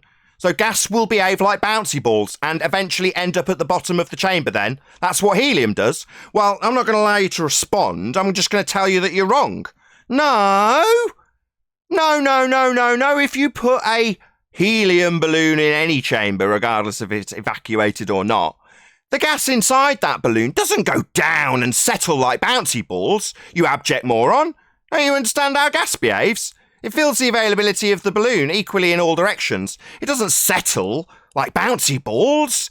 What a complete idiot. Are you thick? So the only thing you've got to do is to overtalk me. It's the only thing you can do. Overtalk you? You've just decided to describe gas, helium, as going down like bouncy balls? Well, they settle, mate. They don't bounce forever. They're solids. They've got intermolecular bonds like bricks. Now, you might be too stupid to listen and too arrogant to feel that you need to listen, or in reality realise that I'm pummeling you and you'd rather not respond to anything, and then claim foul while I point out that gas doesn't behave like bouncy balls poured into a fish tank. Oh no, my friend. Inside that balloon, the gas expands equally in all directions to fill the availability of volume. It absolutely does not behave like bouncy balls. You're just thick, and I'll happily point that out while you cry foul. Because I want to point that out without interruption from a fundy who's being demolished. Won't allow anybody to answer Nathan, him. can I ask him a question? Go on then. Feel free, Flatsword. Sorry, Rumpus. What happens if when this balloon that's popped in the container? What happens when the balloon pops? What happens to the gas? Well, if you have a nice vacuum chamber around it, you could still weigh those molecules. But obviously, that's not what he asked. Doesn't the gas eventually end up on the bottom of the chamber like bouncy balls? Bouncy balls don't. If they were perfectly elastic, they wouldn't. So you're saying if I pour bouncy balls into a fish tank, they bounce around indefinitely all over the place? If we were to say bouncy balls because we're making them big so you understand them. No, we're asking about gas. Does gas behave like your bouncy balls example and eventually settle on the floor of the chamber or not? I'm trying to give you an analogy you'll understand. Yeah, you seem to be telling me how you're trying to do something rather than just saying, no, I'm not stupid. I understand that gas behaviour is such. It will expand in all directions. Free expansion into a vacuum is described in the second law of thermodynamics, something you deny. You're saying it goes down like bouncy balls, mate, and will eventually settle like bouncy balls will. They don't bounce indefinitely, mate. They succumb to entropy like most things. Yeah? Well, gas, which doesn't have any bonds like bouncy balls, will expand in all directions in that chamber. It won't go down like bouncy balls. You're just thick. Even let me answer the other people's questions. So if you had bouncy balls that were perfectly elastic like atoms, in other words, they behave like atoms, you drop them in a vacuum chamber, they would bounce around. So you'd need. So if they were like gas, they'd bounce around indefinitely. Therefore, gas with elastic collisions bounces around indefinitely, and your juxtaposition between bouncy balls with elastic collisions bouncing forever, do bouncy balls actually have elastic collisions or not? Are moving around. He's ignoring me. So what he's done is he's juxtaposed bouncy balls that do have elastic collisions. Bouncy balls don't have elastic collisions. Gases do. So they're not comparable. So saying when they have a comparable elastic collision, they'll behave like gas and bounce around indefinitely. Well, yeah, gas bounces around indefinitely then. So it doesn't pool on the bottom like bouncy balls. These things aren't comparison because one has elastic collisions and the other doesn't. Bouncy balls don't have elastic collisions. Meters per second. You'd have to contain it, of You're course. just ignoring me and talking through me. Every single word I'm responding with is being ignored, ladies and gentlemen. This man's a coward. He can't debate. He has to talk through every single one of his opponent's responses. So I'm pointing out that his explanation with elastic bouncy balls is false, because elastic collisions are not applicable to solid bonded bouncy balls. They have bonds. They're not elastically bouncing off anything. So his comparison's false, and he's saying, well, if I compare bouncy balls and make them have elastic collisions, like gas, then they'll expand in all directions. Well, yeah, that would mean that they'd expand in all directions to fill the availability of volume, precisely as gas does, and he's admitted. That's what elastic collisions do. Mean that they constantly randomly expand and bounce off everything without losing any energy. Well, that elastic collision means that it's going to expand into the sky vacuum, making fake space his claim that he can't defend, because natural law does apply, something he simultaneously wants to deny here and obfuscate every single response indefinitely, and then claim foul at the end of it, no doubt. Just a second, people.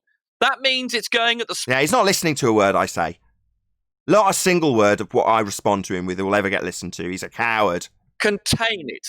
So that's the problem with gas, is it's moving around at 500 meters per second, and to weigh it, you have to contain it. So therefore, without the container, there can be no pressure. You must have containment for gas. So if the sky was a vacuum, then the gas would fill that space. You need containment, as declared by Rumpus. If the temperature in a vacuum chamber was absolute zero, then you wouldn't, the molecules wouldn't be... Can you get to absolute zero? Is that something that you can achieve? I missed that. What was that? Can you get to absolute zero? Yes. You can? Oh, right. So that was a question. Not very nearly. Yeah, so can you get to, I'll say again, absolute zero? Yes or no? So close that you can... So that's a no then. The word absolute would be the implication of absolute zero, not very, very close. That's not absolute. Do you not understand what absolute means, you idiot? Do you know how close we can... Do you understand that you can't get to absolute zero, therefore another false comparison? What, if we got to absolute zero, everything would stop in its elastic collisions? No, that never happens. Do you know why? Because entropy is absolute. You won't ever get to absolute zero to make your comparison, because that's not possible. What will happen is gas behaviour. That would be non-zero behaviour of gas, because we can't achieve that. Gas expands in all directions to fill the availability of volume. And if the sky was a vacuum, then that would be a volume the gas could fill. Now, Rumpus can't listen to any of this, so you can be damn sure that the next words out of his mouth aren't going to be a response to my rebuttal. Didn't we get to 3 degrees K? So you can't get to absolute zero then? So how close do you think I'll be? So you can't get to absolute zero then? So your analogy where if you get to absolute zero, things would stop. Yeah, but we can't get to absolute zero. Things don't stop. Gas will still fall in line with entropy. It'll still have an entropy increase because we can't get to absolute zero. Merely a false comparison used by a fundy who needs gas to stop going in line with entropy. He even denied that entropy was real at the beginning of his time here. Need to get to absolute zero to... Oh, why did you use it as a comparison then? If you don't need to get to absolute zero to make things stop, why would you use absolute zero in your example? Well, because at absolute zero, things stop. Entropy ceases to take place, although that never happens. We always have entropy. It's a law of nature. To 2K, and then you could weigh the helium. No problem. With a container? Without a container. Without a container, there can be no pressure. Wrong. Show me gas pressure without a container. This is where you're. Show me. You said before you need a container, Rumpus. You said it yourself. No, I didn't. Without appealing Yeah, to you your did. fundamentalist religious belief in a sky vacuum that you simultaneously claim photos have come from, i.e. assuming it rather than proving it, without your fundamentalist belief that the sky is a vacuum, demonstrate gas pressure without a container. It's just that simple. Can Very you do simple. that? See, so you don't need a container for the atmosphere. No, don't make your fundamentalist religious assertion. Show us gas pressure without a container beyond your fundamentalist religious belief that the sky is a vacuum. Actually, you don't need a container. You just need a vacuum chamber. No, don't keep fundy muting and chanting that you don't need one. Show us gas pressure without a container beyond your fundy religious belief that the sky is a vacuum. And then you can measure the weight of... You're just fundy muting me so you'd have to listen to my request for you to demonstrate that which you have claimed. Yeah, what a coward. You'd think you'd just back it up, right? And you can do it without a pressure plate. If you go down to 2 degrees K, then you can just measure it anyway because it's not bouncing around so much. Did So you the only say reason you you don't have need a problems measuring container? gases You just need is a they're vacuum bouncing around chamber? at 500 meters per second. I missed that. What was that? Did you say you don't need a container? You just need a vacuum chamber? If you had a pressure plate at the bottom of a vacuum chamber, you could release as much helium as you So like. you do and need they a would tell you the fucking weight of container. the helium. So you do need a container, yeah. The vacuum Well, you chamber need is to a create a container. vacuum. It's a chamber around Yeah, it, in though, the right? chamber. Yeah. A container. That's all. But the atmosphere, but Earth doesn't need a container because it's got gravity. Oh, so appealing to your fundamentalist sky vacuum belief as the proof? Oh, man. Didn't I just say don't do that?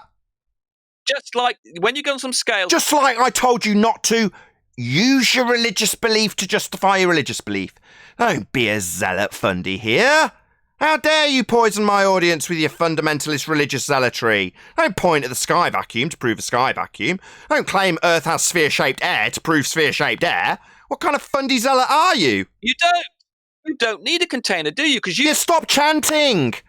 You don't need a container. You don't need a container. You don't need a container. When I get a moment, Nathan, address this weighing of a gas bit because it's a bit annoying to keep hearing. You can't weigh a gas, okay?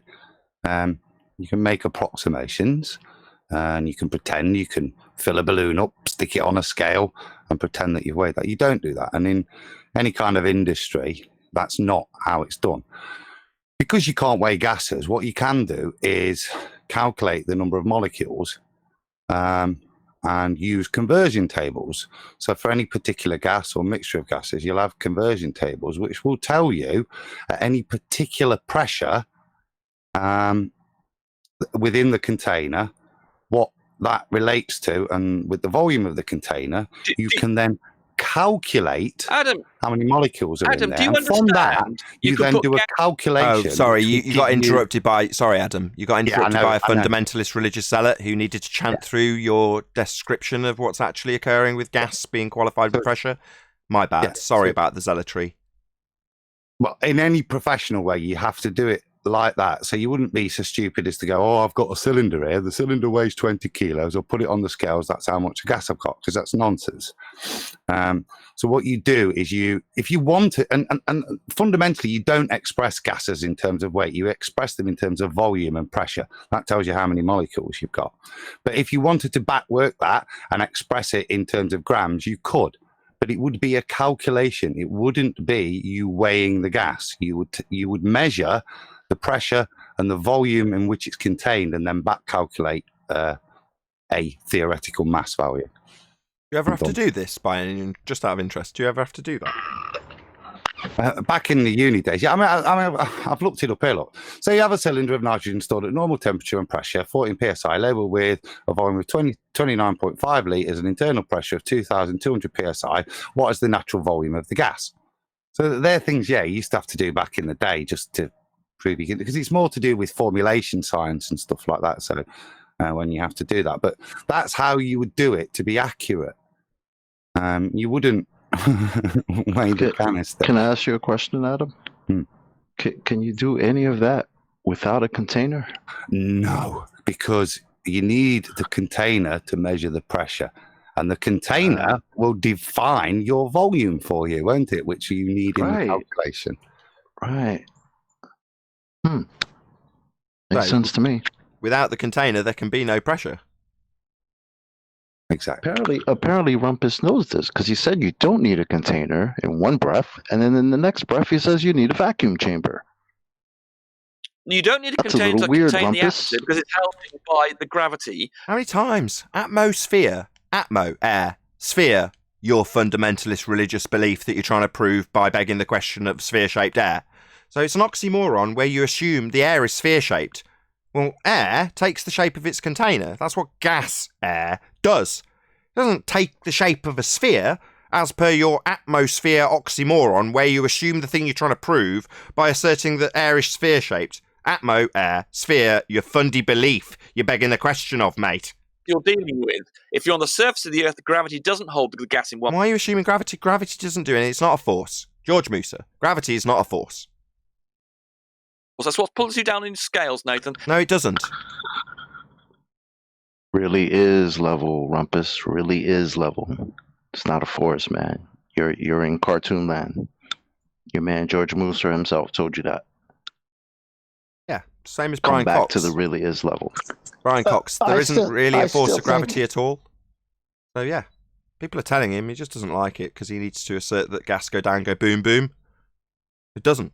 Did he answer Adam's question as to describe what a spring was in relationship Tell us to... what your bathroom scales He said are it was measuring. conceptual. Tell us what force are your bathroom scales measuring when you get on them? What do you think that force might be? Where did that come from? Well, if I fart on them, will it measure the fart?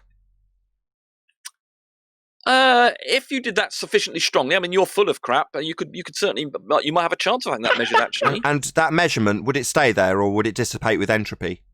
Would the scale stay the same weight?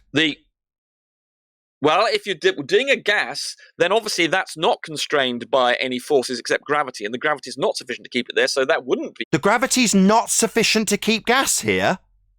So even with gravity, the gas would fill the space. Wow. That's a bit of a turn-up, Rumpus. I didn't expect you to say that. So gravity won't keep gas here. I know you distracted me, but... I didn't distract you. I just listened to the words you just said. Gravity is insufficient to keep the gas here. End quote, the Rumpus. Question. I asked you a question and You didn't deflected. get distracted. You just snatched your own wig off. That's what you just did. You just declared, and I quote, gravity is insufficient to hold the gas here. Come on, Nathan. Be honest for once. I'll be honest. Quote, the Rumpus. Gravity is insufficient to hold the gas here. End quote, the Rumpus. Tell us. Oh, yeah, I won't keep it the... Stutter for me! I absolutely love it. That's right. I'll quote that a few more times on this show too. Quote, Rumpus. Gravity is insufficient to hold the gas here. Well, yeah, but they can go horizontally, Nathan. The gravity doesn't... Stutter for me! That's right, Rumpus. You messed up big time like every time. Nathan, tell us what you think those scales... Tell us what I think your quote was. Gravity is insufficient to hold the gas here. End quote. The Rumpus 2020. Yeah, it won't hold it to the surface of the Earth. No. It won't hold the gas to the surface of the Earth, no? Oh my God. Welcome to fake space. If the sky was a vacuum, the gas we breathe would fill the space. No one has ever said that, Nathan. I've just said it. I am Nathan Oakley, I am a flat earther, and I will quote Rumpus, who's here in defence of the globe. Gravity is insufficient to hold the gas here, end quote, the Rumpus, 2020. And now I will state, as me, a flat earther, Nathan Oakley, if the sky was a vacuum, the gas we breathe would fill the space. Your non-force of a gravity will not hold gas here. Nathan, what's the force that's being registered on bathroom scales? How about... Well, according to George Musa, not gravity, because George Musa, quote, gravity is not a force. Or Brian Cox, there isn't really a force of gravity at all. So whatever you think's holding the scale, some man-made device, that's nothing to do with unbonded gas, if you think it's gravity, take it up with George Musa and Prof. Brian Cox, who says there isn't really a force of gravity at all. End quote. Prof. Brian Cox. Deny what Musa said 30 seconds after that when he... What about Cox? What did he say 30 seconds after saying there isn't really a force of gravity at all? Well, Mr. First, then we'll deal with Brian Cox. No, we'll deal with Brian Cox. There isn't really a force of gravity at all. Brian Cox. You don't like it, do you? I've just... Don't like what? There isn't a force holding me to the scale of gravity. And according to you, even if there was, it's insufficient to hold gas here. And as per the second law of thermodynamics, if the sky was a vacuum, the gas we breathe would fill the space. Have to treat gravity as a force. You say you That's can because treat it's it as a not force. one, right? And I can treat my Lexus as a Lamborghini. It doesn't make it so. Quote, George Musa, gravity's not a force. Quote, Brian Cox, there isn't really a force of gravity at all. And according to you, quote, the rumpus, gravity is insufficient to hold the gas here. So who cares if there's a gravity? It's not holding gas here. Force of gravity, and Musa said you have to treat it as a force. You have to? So what, you take the demands of a man telling you it's not a force, that you have to reify it? Well, good dog. You can do whatever you're told. He says it's a force. Yeah, he says you're told. Do as you're told by Musa, who simultaneously tells you it's not a force, but then tells you how you can think about it. Yeah, that's what this is all about, the heliocentric deception. People telling you what to think. Doesn't matter what's real. And in this case, gravity's not a force, but he'll simultaneously tell you what to think. Well, you do what you're told. Me, I'll point out that it's not a force, as per Brian Cox and George Musa's own words, that you seem to want to ignore because he tells you what to think. You pathetic individual. The word gravity is like magnetism. It's an umbrella. Like magnetism? Like the forces that are holding a brick together? No, it's not. Magnetism's magnetism, and intermolecular bonds are intermolecular bonds. Gases don't have them. They're not going down, go boom, boom. You're a clown. Treat it as a force. Treat it as a force? I can treat my Lexus as a Lamborghini. It doesn't make it so. The fact that a man telling you it's not a force and then simultaneously gaslights you and tells you to think of it as a force makes you a fool, deceived by these pseudoscientists. That'd be Musa, a clown pseudoscientist who doesn't have any scientific validity, but he can tell you how maths isn't a force, but you can think of it as a force, and all you'll ever do is precisely as you've been told. Told to think in a certain way, and you will, because you're a good, obedient citizen. So you'll do as you're told, as Musa tells you. And ignore the fact that what he's telling you to do is think of something as a force when he's told you it isn't. Good gaslighting, Musa. Good gaslighting. Satellite. We use the force of gravity as... It's not a force. You're a clown. All you keep doing is chanting your fundy belief in a force because someone told you to think of it as a force.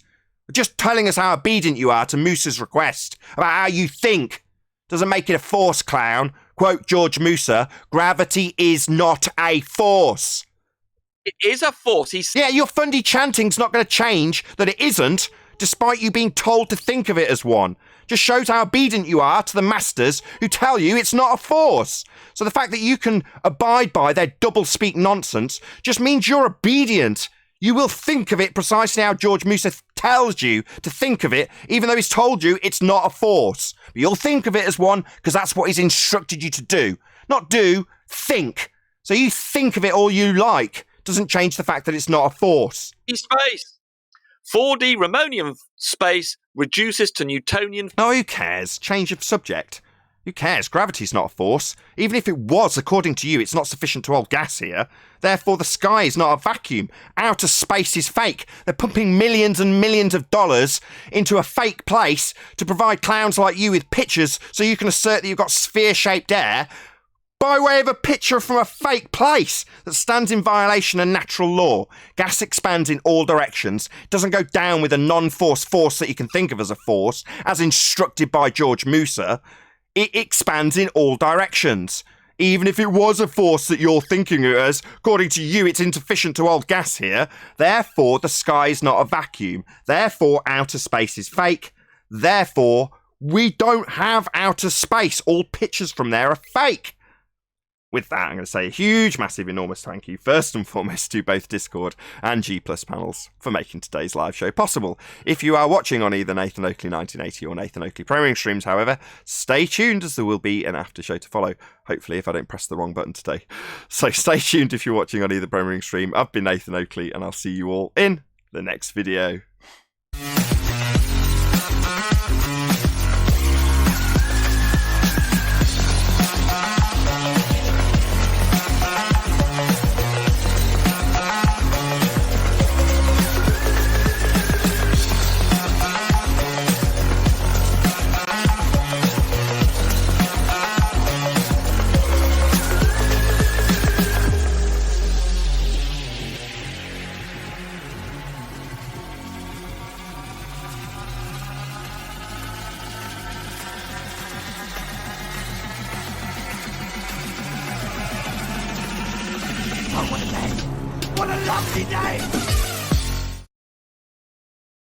Isn't strong enough to keep the gas pressure control. That's profound, man.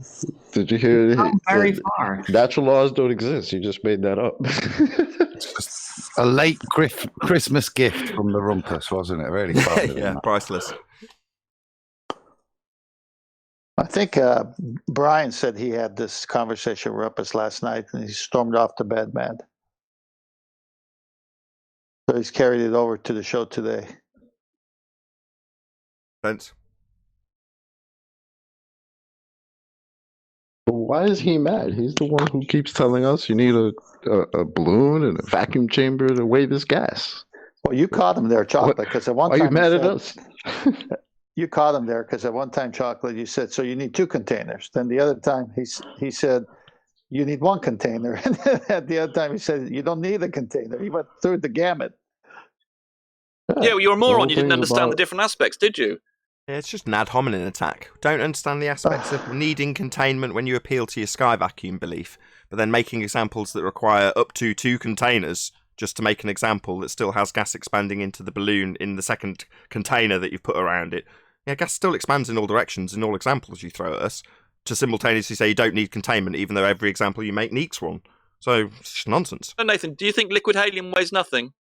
Liquid helium? Liquid helium? Yeah. Liquid? So what, we're going to now talk about liquid when we're talking about the fact that gas has no intermolecular bonds? So what are you a clown? Sorry, do you think that ice cubes go up to the sky? Are you a stupid idiot that thinks that various different states behave like gas? So no, liquid isn't the discussion, you stupid idiot. Where did the mass of liquid helium come from? Sorry, liquid isn't gas. Gaseous form? It's just so base. You don't understand the difference between gas and liquid. So you're going to literally ask me how liquid behaves when we're saying gas would fill the sky vacuum. Well, what about liquid? Well, that's not gas, you idiot. Nathan, hasn't it? It's got the same weight as the gas you... Sorry, gas isn't liquid. Are you thick? Got the same weight as it you... Sorry, the same weight as a gas that expands in all directions? No, you see, you're talking about stuff with intermolecular bonds again. Liquid helium... Liquid isn't gas, clown show. Hey, Sleepy Warrior. How many false equivalences, man? About 5 First so a far. brick, and then somebody standing on a scale, now liquid. We're talking about gas, man. Stay focused. Yeah, you need a container to compress gas in order for it to become a liquid and go down, go boom, boom. So you can't get out of this container, Rumpus. Oh, and do you think liquid gas has got the same mass as liquid gas form of something? Liquid gas, did you say? Yeah, we refer to helium as a gas. So what? Liquid gas, you said. I have a slight problem with this liquid gas. Yeah? Like married bachelor? Of moles. Liquid gas, like married bachelor, right? Liquid's liquid, gas is gas. They're different states. Do you think... Do you understand the difference between gas and liquid? The same way. Do you think they're the same? You're a thicko. Do you need flat earthers to educate you that gases aren't liquids? Are you thick? Let Nathan overtalk you all the time. Yeah, well, I'll point out that we know what gases are and we know that they're not liquids. They're different things. Totally different. You're just stupid. As the gaseous form of helium. Do you think that, Arwen? Why are you asking Arwen, you thicko? Fluids are not just doesn't make gas liquids. A fluid is another designation. Number of molecules of helium. He's not listening to you. He tried to respond. I don't think we should continue with this. He doesn't actually ever listen to us. I have one thing to ask him. When he said... Arwen, to answer that question. I don't know why he's gone all quiet. Just one from Come on, Arwen, please, speak up. Do you understand? Come on, Arwen, speak up. Do you understand? So he's not encouraging Arwen to speak. He's encouraging double-speak obfuscation and disruption. Come on, Arwen. Blah, blah, blah, blah. Well, that's not encouraging him to speak. What a wanker. Yeah, get lost, wanker. I'm sick of this. You're not going to get a chance to speak to him, 10th man, because he won't listen to a word anybody says. All he wants to do is put forward his nonsense, chant that you don't need a container, make loads of examples with containers, also give us quite a few comedic declarations. Gravity's not sufficient to overcome the gas. Wonderful. Can I put it forward to the panel then?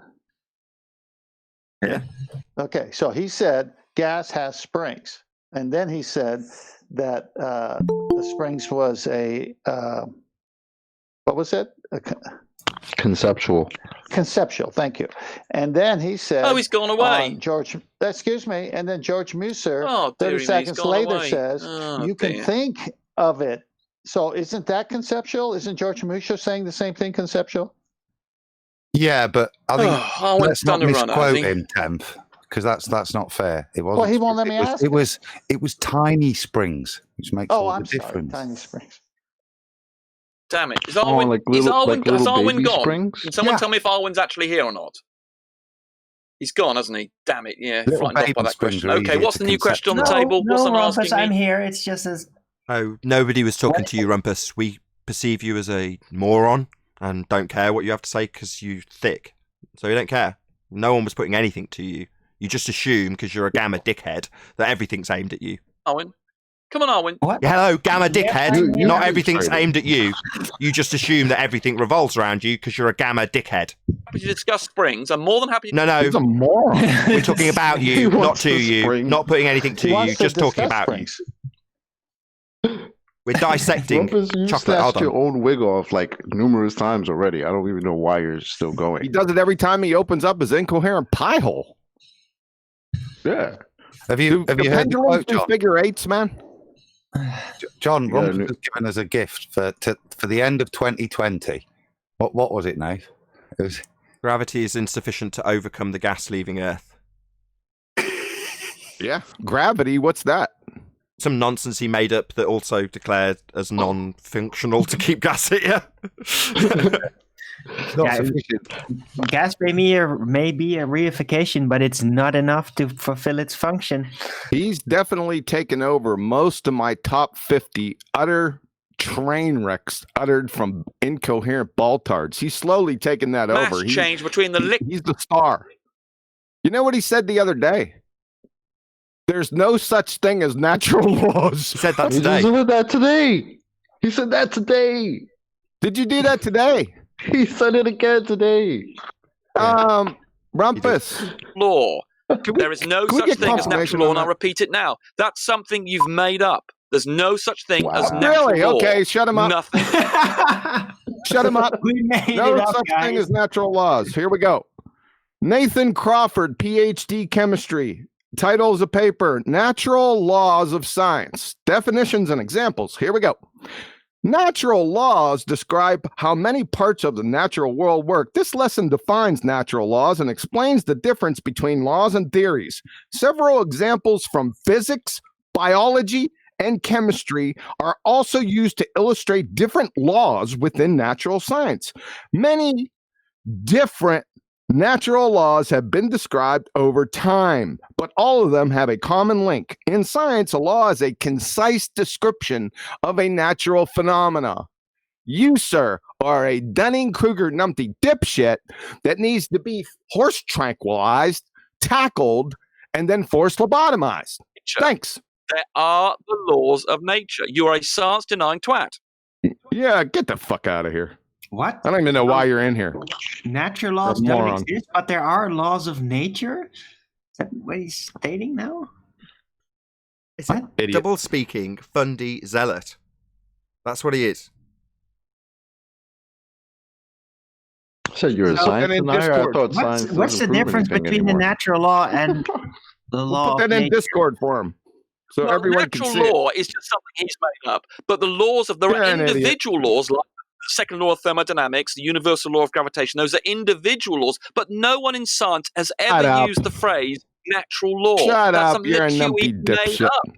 He just made that up while having a dream one day, and you've fallen for it quite. Yeah. Right. Wow. So who sent me this? Somebody sent me something that I had on screen. I'll put it back up on screen. Was it you that sent this, Adam? Where'd you get this description? I Natural law. just pulled it off the internet. I thought it was quite nice with the comparison with man's law. Do you want me to share screen again? Or? And I've got it up anyway. I put it up from Skype. Yeah, I just thought it was. 'Cause obviously, we know what it is, but it's kind of understanding the difference of what it is with relation to a man's laws. It's things that relate to now. I'm just confused. It's just denying. You are. Oh, you're very confused. You don't seem to understand that you can wear gas by weighing a doesn't container apply full to of the gas and earth. subtracting the weight of And the now container. natural laws The are fact just you don't made up in a dream. Yeah. basically his model doesn't Wow. adhere to natural law, and there's a second law of thermodynamics violation in the form of a sky vacuum. So when it suits him, he'll deny natural law. It's not a lateral law, and B, you don't understand that entropy is not a force. It can't overcome forces, and there's a gravitational force there that's keeping it there, and entropy cannot overcome that. What, the same gravitational force you said can't overcome entropy? That one? Yeah, entropy has nothing to do with gravitational forces. Forces do what they do, and then entropy decides how those Force things that's that are not a force subjected that to those George Mooser gravitational told you to forces think of as a behave. force that you said yourself can't overcome entropy? That one? Hey, hang on, he just said entropy decides. Hold on, you've got confused. You misquoted me. Let's try again. For entropy, there are forces, like the things are forces holding a brick together, and entropy cannot overcome forces. It tells you what happens to things. Like the things holding a brick together. So I covered this earlier. The forces holding a brick together are intermolecular forces. And when we got to this stage last time, I pointed out that there are no intermolecular forces holding gas. But you're saying that gravity's like the forces that the gas doesn't have. I didn't understand that at all. Yeah, well then get lost. If you're so stupid that you don't know the difference between intermolecular bonds and intramolecular bonds, that you've obviously already argued here multiple times, then you're a lying fundy sack of garbage. Get lost. What a liar. Just lying to the audience. Absolutely, absolutely without question he understands this stuff. Just lying. Yeah, holding not 2 positions simultaneously, but 4. No, he doesn't Not understand this stuff. No, he doesn't understand this. No, he doesn't. No. You're giving I him have a too much question credit. about I that. think you're listening to Arwen too much. This Rumpus character, he's as dumb as a bag of hammers. Excuse me? He's opened up a physics glossary in 1956, and he just throws these terms out. He has no idea what they mean. He may have taken a math course. He may have taken like algebra 2, but that's about it. This guy, he needs to be institutionalized. If you don't think that, you need to be institutionalized. Maybe he's calling from there. But he also said Maybe he's science- calling from there. That's where he's calling from. He's He in also the said the other day, science is all about measuring numbers. Yep. Yeah. He's in the baller safe house man. institute. One at a time. He said pendulums go around in a figure 8. Air is not the atmosphere. The second law doesn't apply to the earth. The second law isn't the entropy law. Do I need to go on? Yeah, there's one more. Nathan made up the natural law. So Nathan is in all the books. Hey, and don't forget, gravity is not strong enough to keep the gas pressure to the ball. Did he provide any of Einstein's field equations yet? Nope. Claimed to have posted them yesterday in live chat. No, but he did provide. He's been tiny arguing springs. the old and busted. He wasn't even arguing the new hotness today. No, he did. I don't know if anybody picked up on that. Did anybody pick it up off Discord live stream yesterday? So he said that he'd posted a description of how one could be divided into the other or reduced into the other. So pseudo-Riemannian 4 space into Euclidean 3 space. And then Adam was like, no, we want to see the maths of it actually happening, not a description of how it would happen. But did anybody actually see what he posted? No. But it can't. It can't be actual math. Can you bring him back and have him do it?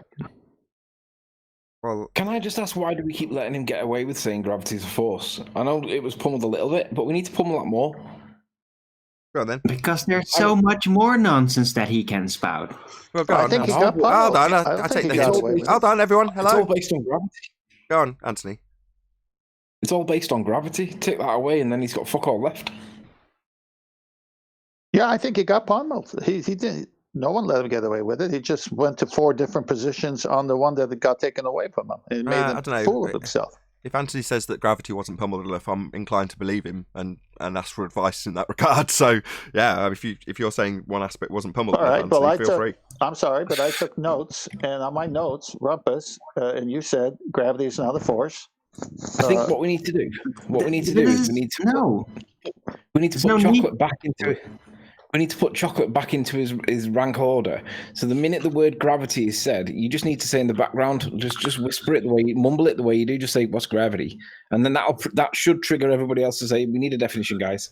Yeah, but we don't even need to do that at this point concerning the flat Earth versus the globe, because he already took away the only necessity for gravity to be a force in the first place. He already took that away from himself by declaring that as a force, it cannot fulfill the function why it needs to be a force in the first place.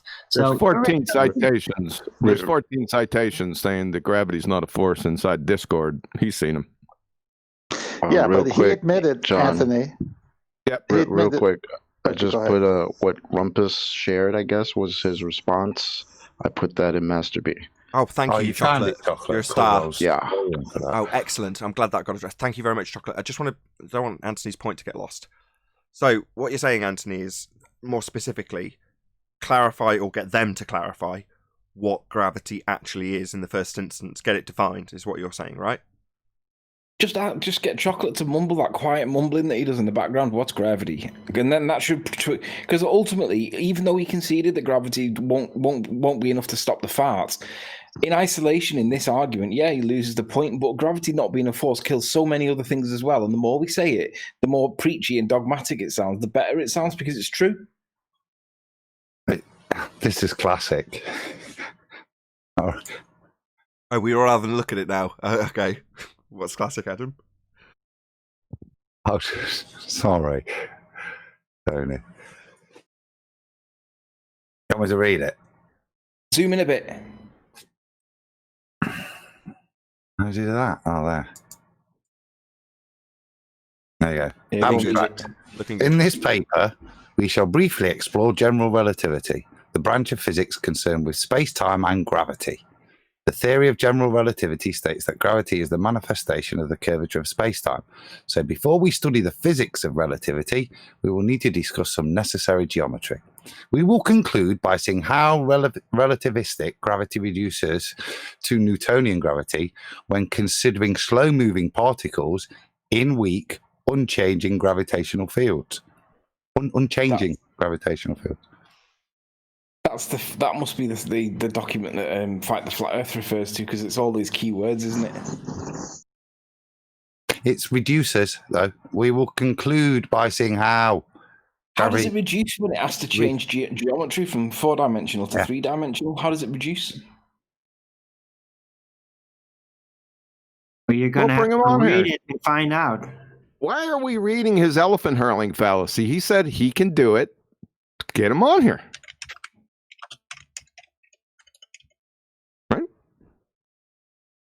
I still want to know how something reduces when it swaps from. I'm looking at his paper. Dimensions. I'm looking at this paper. Apparently, somebody, what's his name? Alexander Tallish? Apparently, he doesn't know what the universal law of gravitation is. Shocking surprise. Where's this paper from? Where is this published at? It doesn't have any. This is just the PDF. Where'd you get this? It's a PDF. It says Wow. chicago.ed. Big brain moment. Chicago.ed. Chicago.edu. Yeah. Okay. We'll get Rumpus on here. I'll bet you Rumpus doesn't know what the universal law of gravitation You've just discovered is. this paper that just derives Newton's law of universal gravitation from Einstein's thing. Yeah, I hear it's an him, I excellent hear paper, him. yeah. Rumpus? Yeah, it's a good paper. What? Hello? Someone calling me? Rumpus? You were trying to say Yes. something? I was Are you just trying to saying explain this paper? that paper is a good paper showing you how Newton's universal law of gravitation is derived from Einstein's field equations. What is the universal law of demonstrated. That's gravitation? by Einstein. I missed that. You garbled and you broke up there. What is the universal law of gravitation? I thought you knew this, but okay. F is equal. The force acting on between two bodies is equal to G, the universal gravitational constant, times the two Not masses wrong. divided by the distance between them Incorrect. squared. Incorrect. That is correct. No, it isn't. That's correct. No, it's not correct. There's no big G in the Principia. None. Zero. I didn't say it was. The universal law of gravitation, as we understand it now, has a big G in it. If you go and look up the universal That's not Newton's law, then, you numpty dipshit. Who found Big what G? The universal law of gravitation is. Who found Big G? He's not listening. He's not listening. He's been defeated. So non-stop cowardly interruption from now on. No, it's as I described it. He's wrong. Rumpus, Just can I because ask you a Newton question? didn't put the G in there, we understand it now. What we call the universal law of gravitation is as I described it. Rumpus, Yeah, can I but ask you you a just said quick the question? gravitational constant was in You the can- universal law of gravitation. It's not in there. The Where did Big universal law G of come gravitation from? in the current scientific literature is as I described it. Yes, Anthony. Why do you keep No, referring it's to not. gravity? Where'd Big G come from? Where did it come from? Well, Newton knew it was there. He knew there was a constant involved, and obviously Nope. Cavendish then measured Nope. value indirectly. And You're obviously, and then Wrong. the symbol Why are you keeping Cavendish talking? didn't You're measure wrong. G. You're wrong. Boyce is the one who actually gave it the label Big G, but that doesn't mean to say it didn't exist. It certainly existed in Newton's mind, and it certainly had, and Cavendish effectively gave it a value. He just It did. existed so you know what things exist in dead people's minds. What are you, fucking To do what necromancer? Cavendish did, he went through the process of evaluating the value of G in effect. Cavendish didn't find Big G either. Pull it out of the Cavendish paper. He did, He yes, just but he assumed effectively read these used the value. papers. For it. He didn't give it a name. He didn't call it a constant, but he had to didn't work give out it its a value name. indirectly in his He calculations. assumed it Because you're within his setup. understand that's what he Pull it did. out I of mean, these I know papers. you're You've stupid. never You read don't Cavendish, have understand you? That's what happened. And if you read any literature, That's they will what tell you that happened. that's That's what happened. Who He came came up up with with Big Big G, you haven't read the but literature. he didn't name it that in his paper. So you're just saying that that's what it is. In Yeah. effect, he did. It's just that he didn't put a value. He didn't have a little bit in the Pull paper it saying out. G is equal Citation, to, or please. he didn't have a little sentence saying Citation, please. the constant for the You've never the read constant his between the paper. attraction is this. He didn't write that down. Agreed, but nonetheless, he ended up with it. You can use He his. didn't write it down. So how do you know? So you It are existed in divining. his Hold on, mind. chocolate. Hold on. So you How are do you know actually, if he didn't guys. mean Hello, that? hello, How do you hello, know? hello, hello. He met Newton in a My dream. God, how many times? So you are divining a dead man's thoughts, then, Rumpus? You know, you can see it in his text. Show it. In one that he his didn't write text, the down? calculations effectively use the VIP value of Big G. And anybody who's Sure. analysed, you look at any Post it. analysis of the paper he did, they will Post tell you it. that's Shut the what he fuck did. up and I'm sorry, Nathan. Shut up and post it. Well, I don't have it at hand at the moment, but I've read several analyses of it which demonstrate this. You haven't read his I can't- paper. What's the title of the paper? Is it measuring the density of the Earth or something? I can't remember the name of it fully. Yeah, it's density Earth. He didn't find M either. M or Big G. How do you find the density without M or V? Can you tell us how you pull that He, trick? he effectively found the mass of the Earth. He I effectively. bet- What does effectively No, I don't believe that. mean? Without I M don't believe or he didn't V. find the mass of the Earth. That must be in Effective. there. Without Didn't we M do this or before? V. Doesn't effective sort of mean like fictitious, Rumpus? Didn't we do this already? Fictitious? I don't believe what Or you just said. effective? I think he must I- have put It the sounds value like of you the don't mass know of the what Earth you're in there. saying. Effectively, adverb in such a manner as to achieve a desired result. Because the way he would have done it, he would have worked out the mass of the Earth from the Cavendish The way experiment, he and would then have. he knew the volume of I the thought Earth, he and did. therefore he Now went. he The would've. way he would have. So you are actually divining a dead man's thoughts, then. No, it's in the it'll be in the paper. Show us. Well, you say he didn't write it down. Oh, well, No, he actually said it How will can be he in be- the paper. Yeah, you told us he did not write it down. later date, I will go and get them. I've actually got it on my computer, but I'd have to go and read through the bit and see. Okay, But one I was last in the middle question, of Rumpus. Anthony's asking Sorry, me I've a just got one last question. Well, I question. don't- If you can tolerate it, coward. You said he didn't write it down. So what are you going to be getting?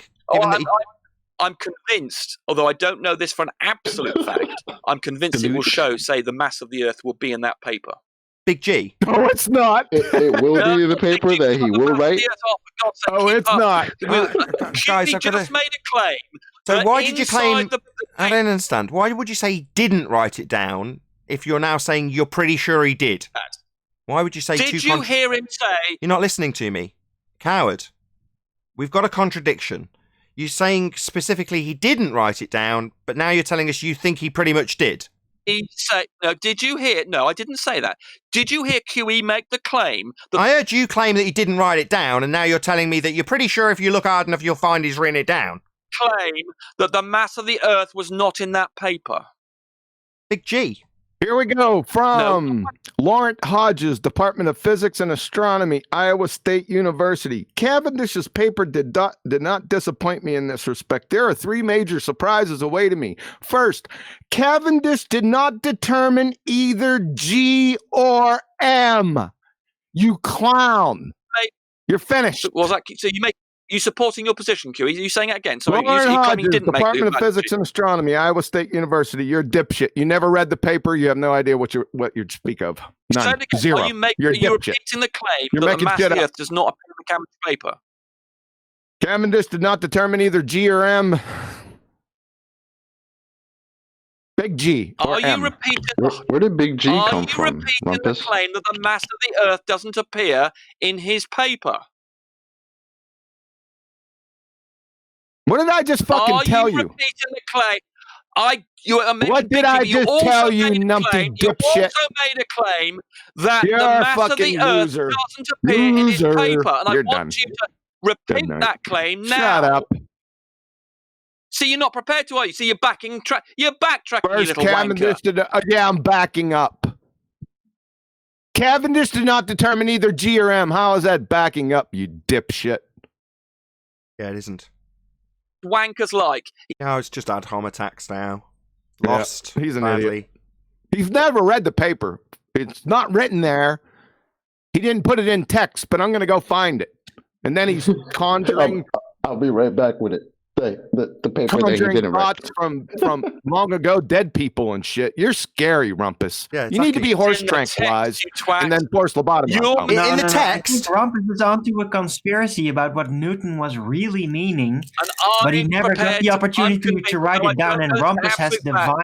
that it's incredibly probable that it does, and you're making the claim it doesn't. So we can verify this by looking at the text. What, that he didn't write down? And you're not, That he didn't write and down? you're not prepared. That he to- didn't write down. Well, Maybe it's- constantly ignore me, Fundy mute the response, maybe talk constantly and indefinitely. You stated quite specifically that he didn't write it down earlier. It's in his paper. No, you're just going to ignore any response. I think it's time to get rid of him. He's just given up, basically. No, can't respond to anything, so talk constantly. Go on, make the claim again. Assert the claim again. Go on. Your claim was that he didn't write it down. No, I never said that. You. No, you didn't say that in a high-pitched voice. Kid Rumpus. Liar. It's time for him to be Rumpus, gotten rid we of. I heard think you. he's just become a liar. And I repeated you, Rumpus. You're either stupid, not And understand. then And now a after string of that, ad you homs. said you're gonna go get it in the text. What? The shit you just said that he didn't write? You're trying to protect fuck? QE from what he said now. No, more ad homs. You told us he didn't write it down, and then you've later gone on to say if I look hard enough, I'm pretty sure I'll find something he's written down. Because it'll be there in the text, implying he has written it down. So we've got a blatant contradiction. We want to hear QE make the claim. No, we want you to justify your contradiction, stating specifically, well, he didn't write it down. And we said, well, so you're divining a dead man's thoughts then? Later to go on, well, I'm pretty sure if I go and have a look, it'll be in the text. Well, that's a contradiction, you idiot. Mass of the Earth doesn't appear in that paper. And even though I don't know myself for a fact, I'm prepared to believe, I'm convinced it would be in there, and QE isn't prepared now to... Oh, so you're prepared to be convinced and believe that it is in there when you've told us it's not written down. So you're a double-speaking, contradictory Fundy who's going to convince himself of a belief of something he doesn't know. Wow. That's what you've got to do, Fundies. You've got to convince yourself of something you say isn't written down might be there if you went and look for it. You'll convince yourself so you can have a belief. Wow. Yeah, that's a hell of a thing to say, Rumpus. He's made a mess, and he's not prepared to repeat his claim that he made. You made a claim. He hadn't written it down. Now you're saying you're pretty sure it's in the text. There's a glaring contradiction, and all you can do is throw projection back at us that somehow we've messed things up. No, Fundy. Gas doesn't go down, go boom, boom. Gravity's not a force. You haven't got big G in the Principia. Principia? What do you reckon? That's right. That's correct. Should we have room to anything settle else this besides first, the error John? that QE made? We can all see this case, and even your most Stutter for us, you abject moron! laughing. Yeah, I'm laughing so He's much all by here. himself. You're not laughing, you're stuttering. That's what you're doing, stuttering Fundy. Even your most prominent advocate will realise what you're doing here. They're trying to Rumpus, cover his where did arse. Big I'm G come laughing from? about it. It's difficult to speak through laughing. Oh my god. So let's Rumpus. highlight what's happened again. You said, I'm certain he didn't write it down. When we were asking you about where he's got Big G, when it's CV Boys, something you haven't answered. Well, the fact that you don't know this stuff demonstrates admirably you haven't read any of these papers, as QE has claimed correctly. You've not addressed any of this stuff. All you've done is alarm obfuscation, Fundy muting, and then projection. The fact that you're trying to censor every word we say, and we haven't overcome for that, doesn't mean you're going to get to play your game of cry foul. Yeah? Sod right off. You've contradicted yourself, and we've just caught you. And then you stutter like a Fundy who's been caught in a lie. That paper, and he's going to keep on trying to change the subject from that until, I don't know, the time runs out. It's highly amusing. Yeah, that's projection. That's what he's doing. Who are you even talking to, Rumpus? I have no idea. To the audience in his head. They're Don't you not. know? I mean, even Arwin here in a realises what dream. you're doing. Even Redman, even Sinclair, even Law, even George, even Flat Owl, all of them, they all you giving realise what you're shout-outs doing. now? And you think they don't know that. They do. They What are you see doing? you're trying to cover Shout-outs. And you try to change the subject, which his is all own show on his own now. Yeah, Rumpus, are Appealing. you running a show right now? He's Rumpus, appealing. you He's should appealing. He's putting a hand out. He's drowning. He's appealing. Nathan and Master B, it has that paper screenshotted where Laurent Hodges from Iowa State makes that claim. Go ahead. You can post it if you want. The screenshot, so you're good. Yeah, I've got it up now. I've got it up for the audience, not for you guys. Sorry. It's a bit small, but... Rumpus says... hold on, 10th. Just want to read out the bits that are underlined and circled, please, Quantum Eraser. Yes, this is from the Reverend John Michelle Cavendish. Laurent Hodges, Department of Physics and Astronomy, Iowa State University. If you scroll down to the big red circle down here under the summary that he gives, Cavendish's paper did not disappoint me in this respect. There were 3 major surprises awaiting me. First, Cavendish did not determine either G or M. How did he? And then it says he determined the average density of the Earth. Average density. Okay. How can you, if density equals mass over volume, how can you find density without M? And he didn't have V either, but we don't need to go there. Determined M. He must have indirectly determined M. He must have done to do that calculation about density. He must have done. What? Let's go and look at. Oh, okay. I'll go and look at this paper. Dig it out wherever I've got it. Go and look at the paper. How do you find density without M or V? You can't. But he did then. Well, he did it. He must have used the mass of the Earth. Hold on. What do you mean he must have used the mass of the Earth? I thought that's the thing he's supposed to be measuring in Cavendish.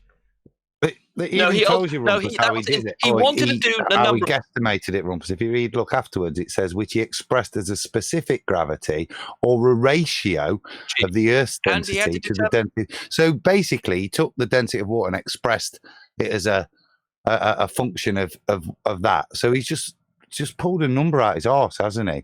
Then tried to sciencify it by saying, if I express it as a function of the density of water, it makes it sound like the number I've just made up was more legitimate. Well, it's not. How the hell, as John's saying, does he get this average gravity? That's the question. How does he sample? What's he sampled to get the average? Well, if you know the volume of the Earth, which he did, you know... How did he know the volume of the Earth? He knows the volume of the Earth because we know it's a sphere and we know its radius. Oh, so he knows because he's begged the question. So he's automatically assumed this spherical Earth, right? Well, that's not very good. That's just a begging the question fallacy. No, he's measured it. We can measure it.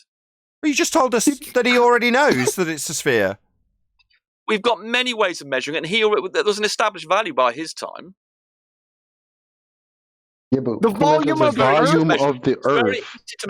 that he can use it in his equation. Almond chocolate. How did he know in 1798? How did he know the volume? We know he didn't calculate the mass because it already says so right here. If you read the paper, this is plain to see. So how can you calculate what is average density to? But I digress. How did he calculate the density of the Earth without M or V, dude? Well, obviously, V is known from the fact we know the radius of the Earth. V and is mass not he must have known. calculated indirectly. I think what this guy is saying you're talking about is he didn't probably have a sentence saying mass is equal to this, but it would have been in the calculations that he did. Rumpus, would he have included in this average density calculations, would he have included his molten iron core? No, because he's working out the average density. You moron. So when you work out, how do you work out an average, Rumpus? Right. He worked out. How would you work out? No, come on, Rumpus, you moron. How would you work out an average? I'm trying to answer your question. You see how much of the proportion of your ball is made up of a molten iron core, how much is made up of magma, how much is made up of water. You add all of those up proportionally, don't you? And then you divide, you moron. Don't you? That's how you'd work it out as a proportion, wouldn't you? Question, you moron. I'm trying to answer the question, you moron. King of the morons. So, we know the volume of the Earth, because that's simple, because we've got the radius. Sorry, you just said Rumpus. Adam's point is that you don't know. Insulted me, Rumpus. Isn't that how you'd work an average out? Sentence saying, but it would have been in the calculations to get the total mass how of the Earth. How would you work the average out? As I just described. That'd be the correct way, wouldn't it? So he's just ignoring you. So he's disclaimed that he doesn't have a molten iron core as part of this average for his assumption that he's on a sphere at the beginning of this presuppositional argument. But that wasn't the argument anyway. We're asking where M and V come from. A very simple calculation. But you only end up with the average density. Obviously, from that, he doesn't know anything about iron cores. He's just worked out the average density of the Earth from. So how can he have the average if he doesn't know anything about the assumption of a molten iron core that comes much later? My God, you're a moron.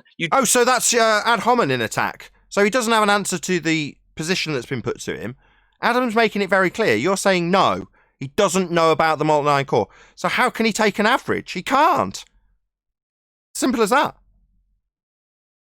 Oh, Nathan, there's another peccadillo right above the circled one where he didn't find big G or M.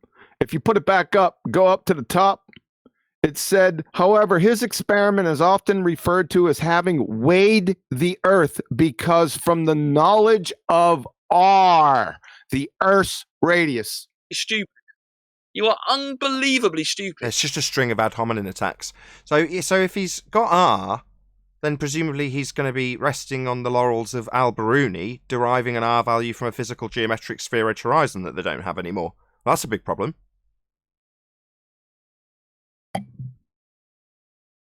Rumpus. And that gives you the average value. Then, I mean, did you ever go to school? I mean, I wonder sometimes. That's another ad hominem. Well, at school we learn how averages worked. Your voice got real high just then. Pure projection. Oh That God, was. I mean, how you either forgotten what you've learned or you never learned it. One of the way or the other. Son, I dispatched you in 2016, the first week I was out here. Why are you still here? Good question. I don't want to dare to speculate. Go on, Chocolate, you can have the last word. No, give it to me. Oh, was that you? Yeah, go ahead. Yeah, I'll take it. Rumpus, who says that we then go to school, says, I don't know myself for a fact, but I'm convinced it's there. I convinced myself that it's there. Convinced myself of the belief that it's there. That thing I said wasn't written down that is probably in the text because I believe it's there. Very convincing to anybody watching. With that, I'm going to say a huge, massive, enormous thank you first and foremost to both Discord and G Plus Panels for making today's after show possible. Of course, a massive thank you to all of you in either Nathan Oakley 1980 or Nathan Oakley Premiering Streams for hopefully smashing the super chat, liking, commenting, sharing, subscribing, and all that good stuff. Be sure to check out nathanoakley.com and the Flat Earth Debate Forum to keep up to date with the community debate. I've been Nathan Oakley, and I'll see you all in the next video.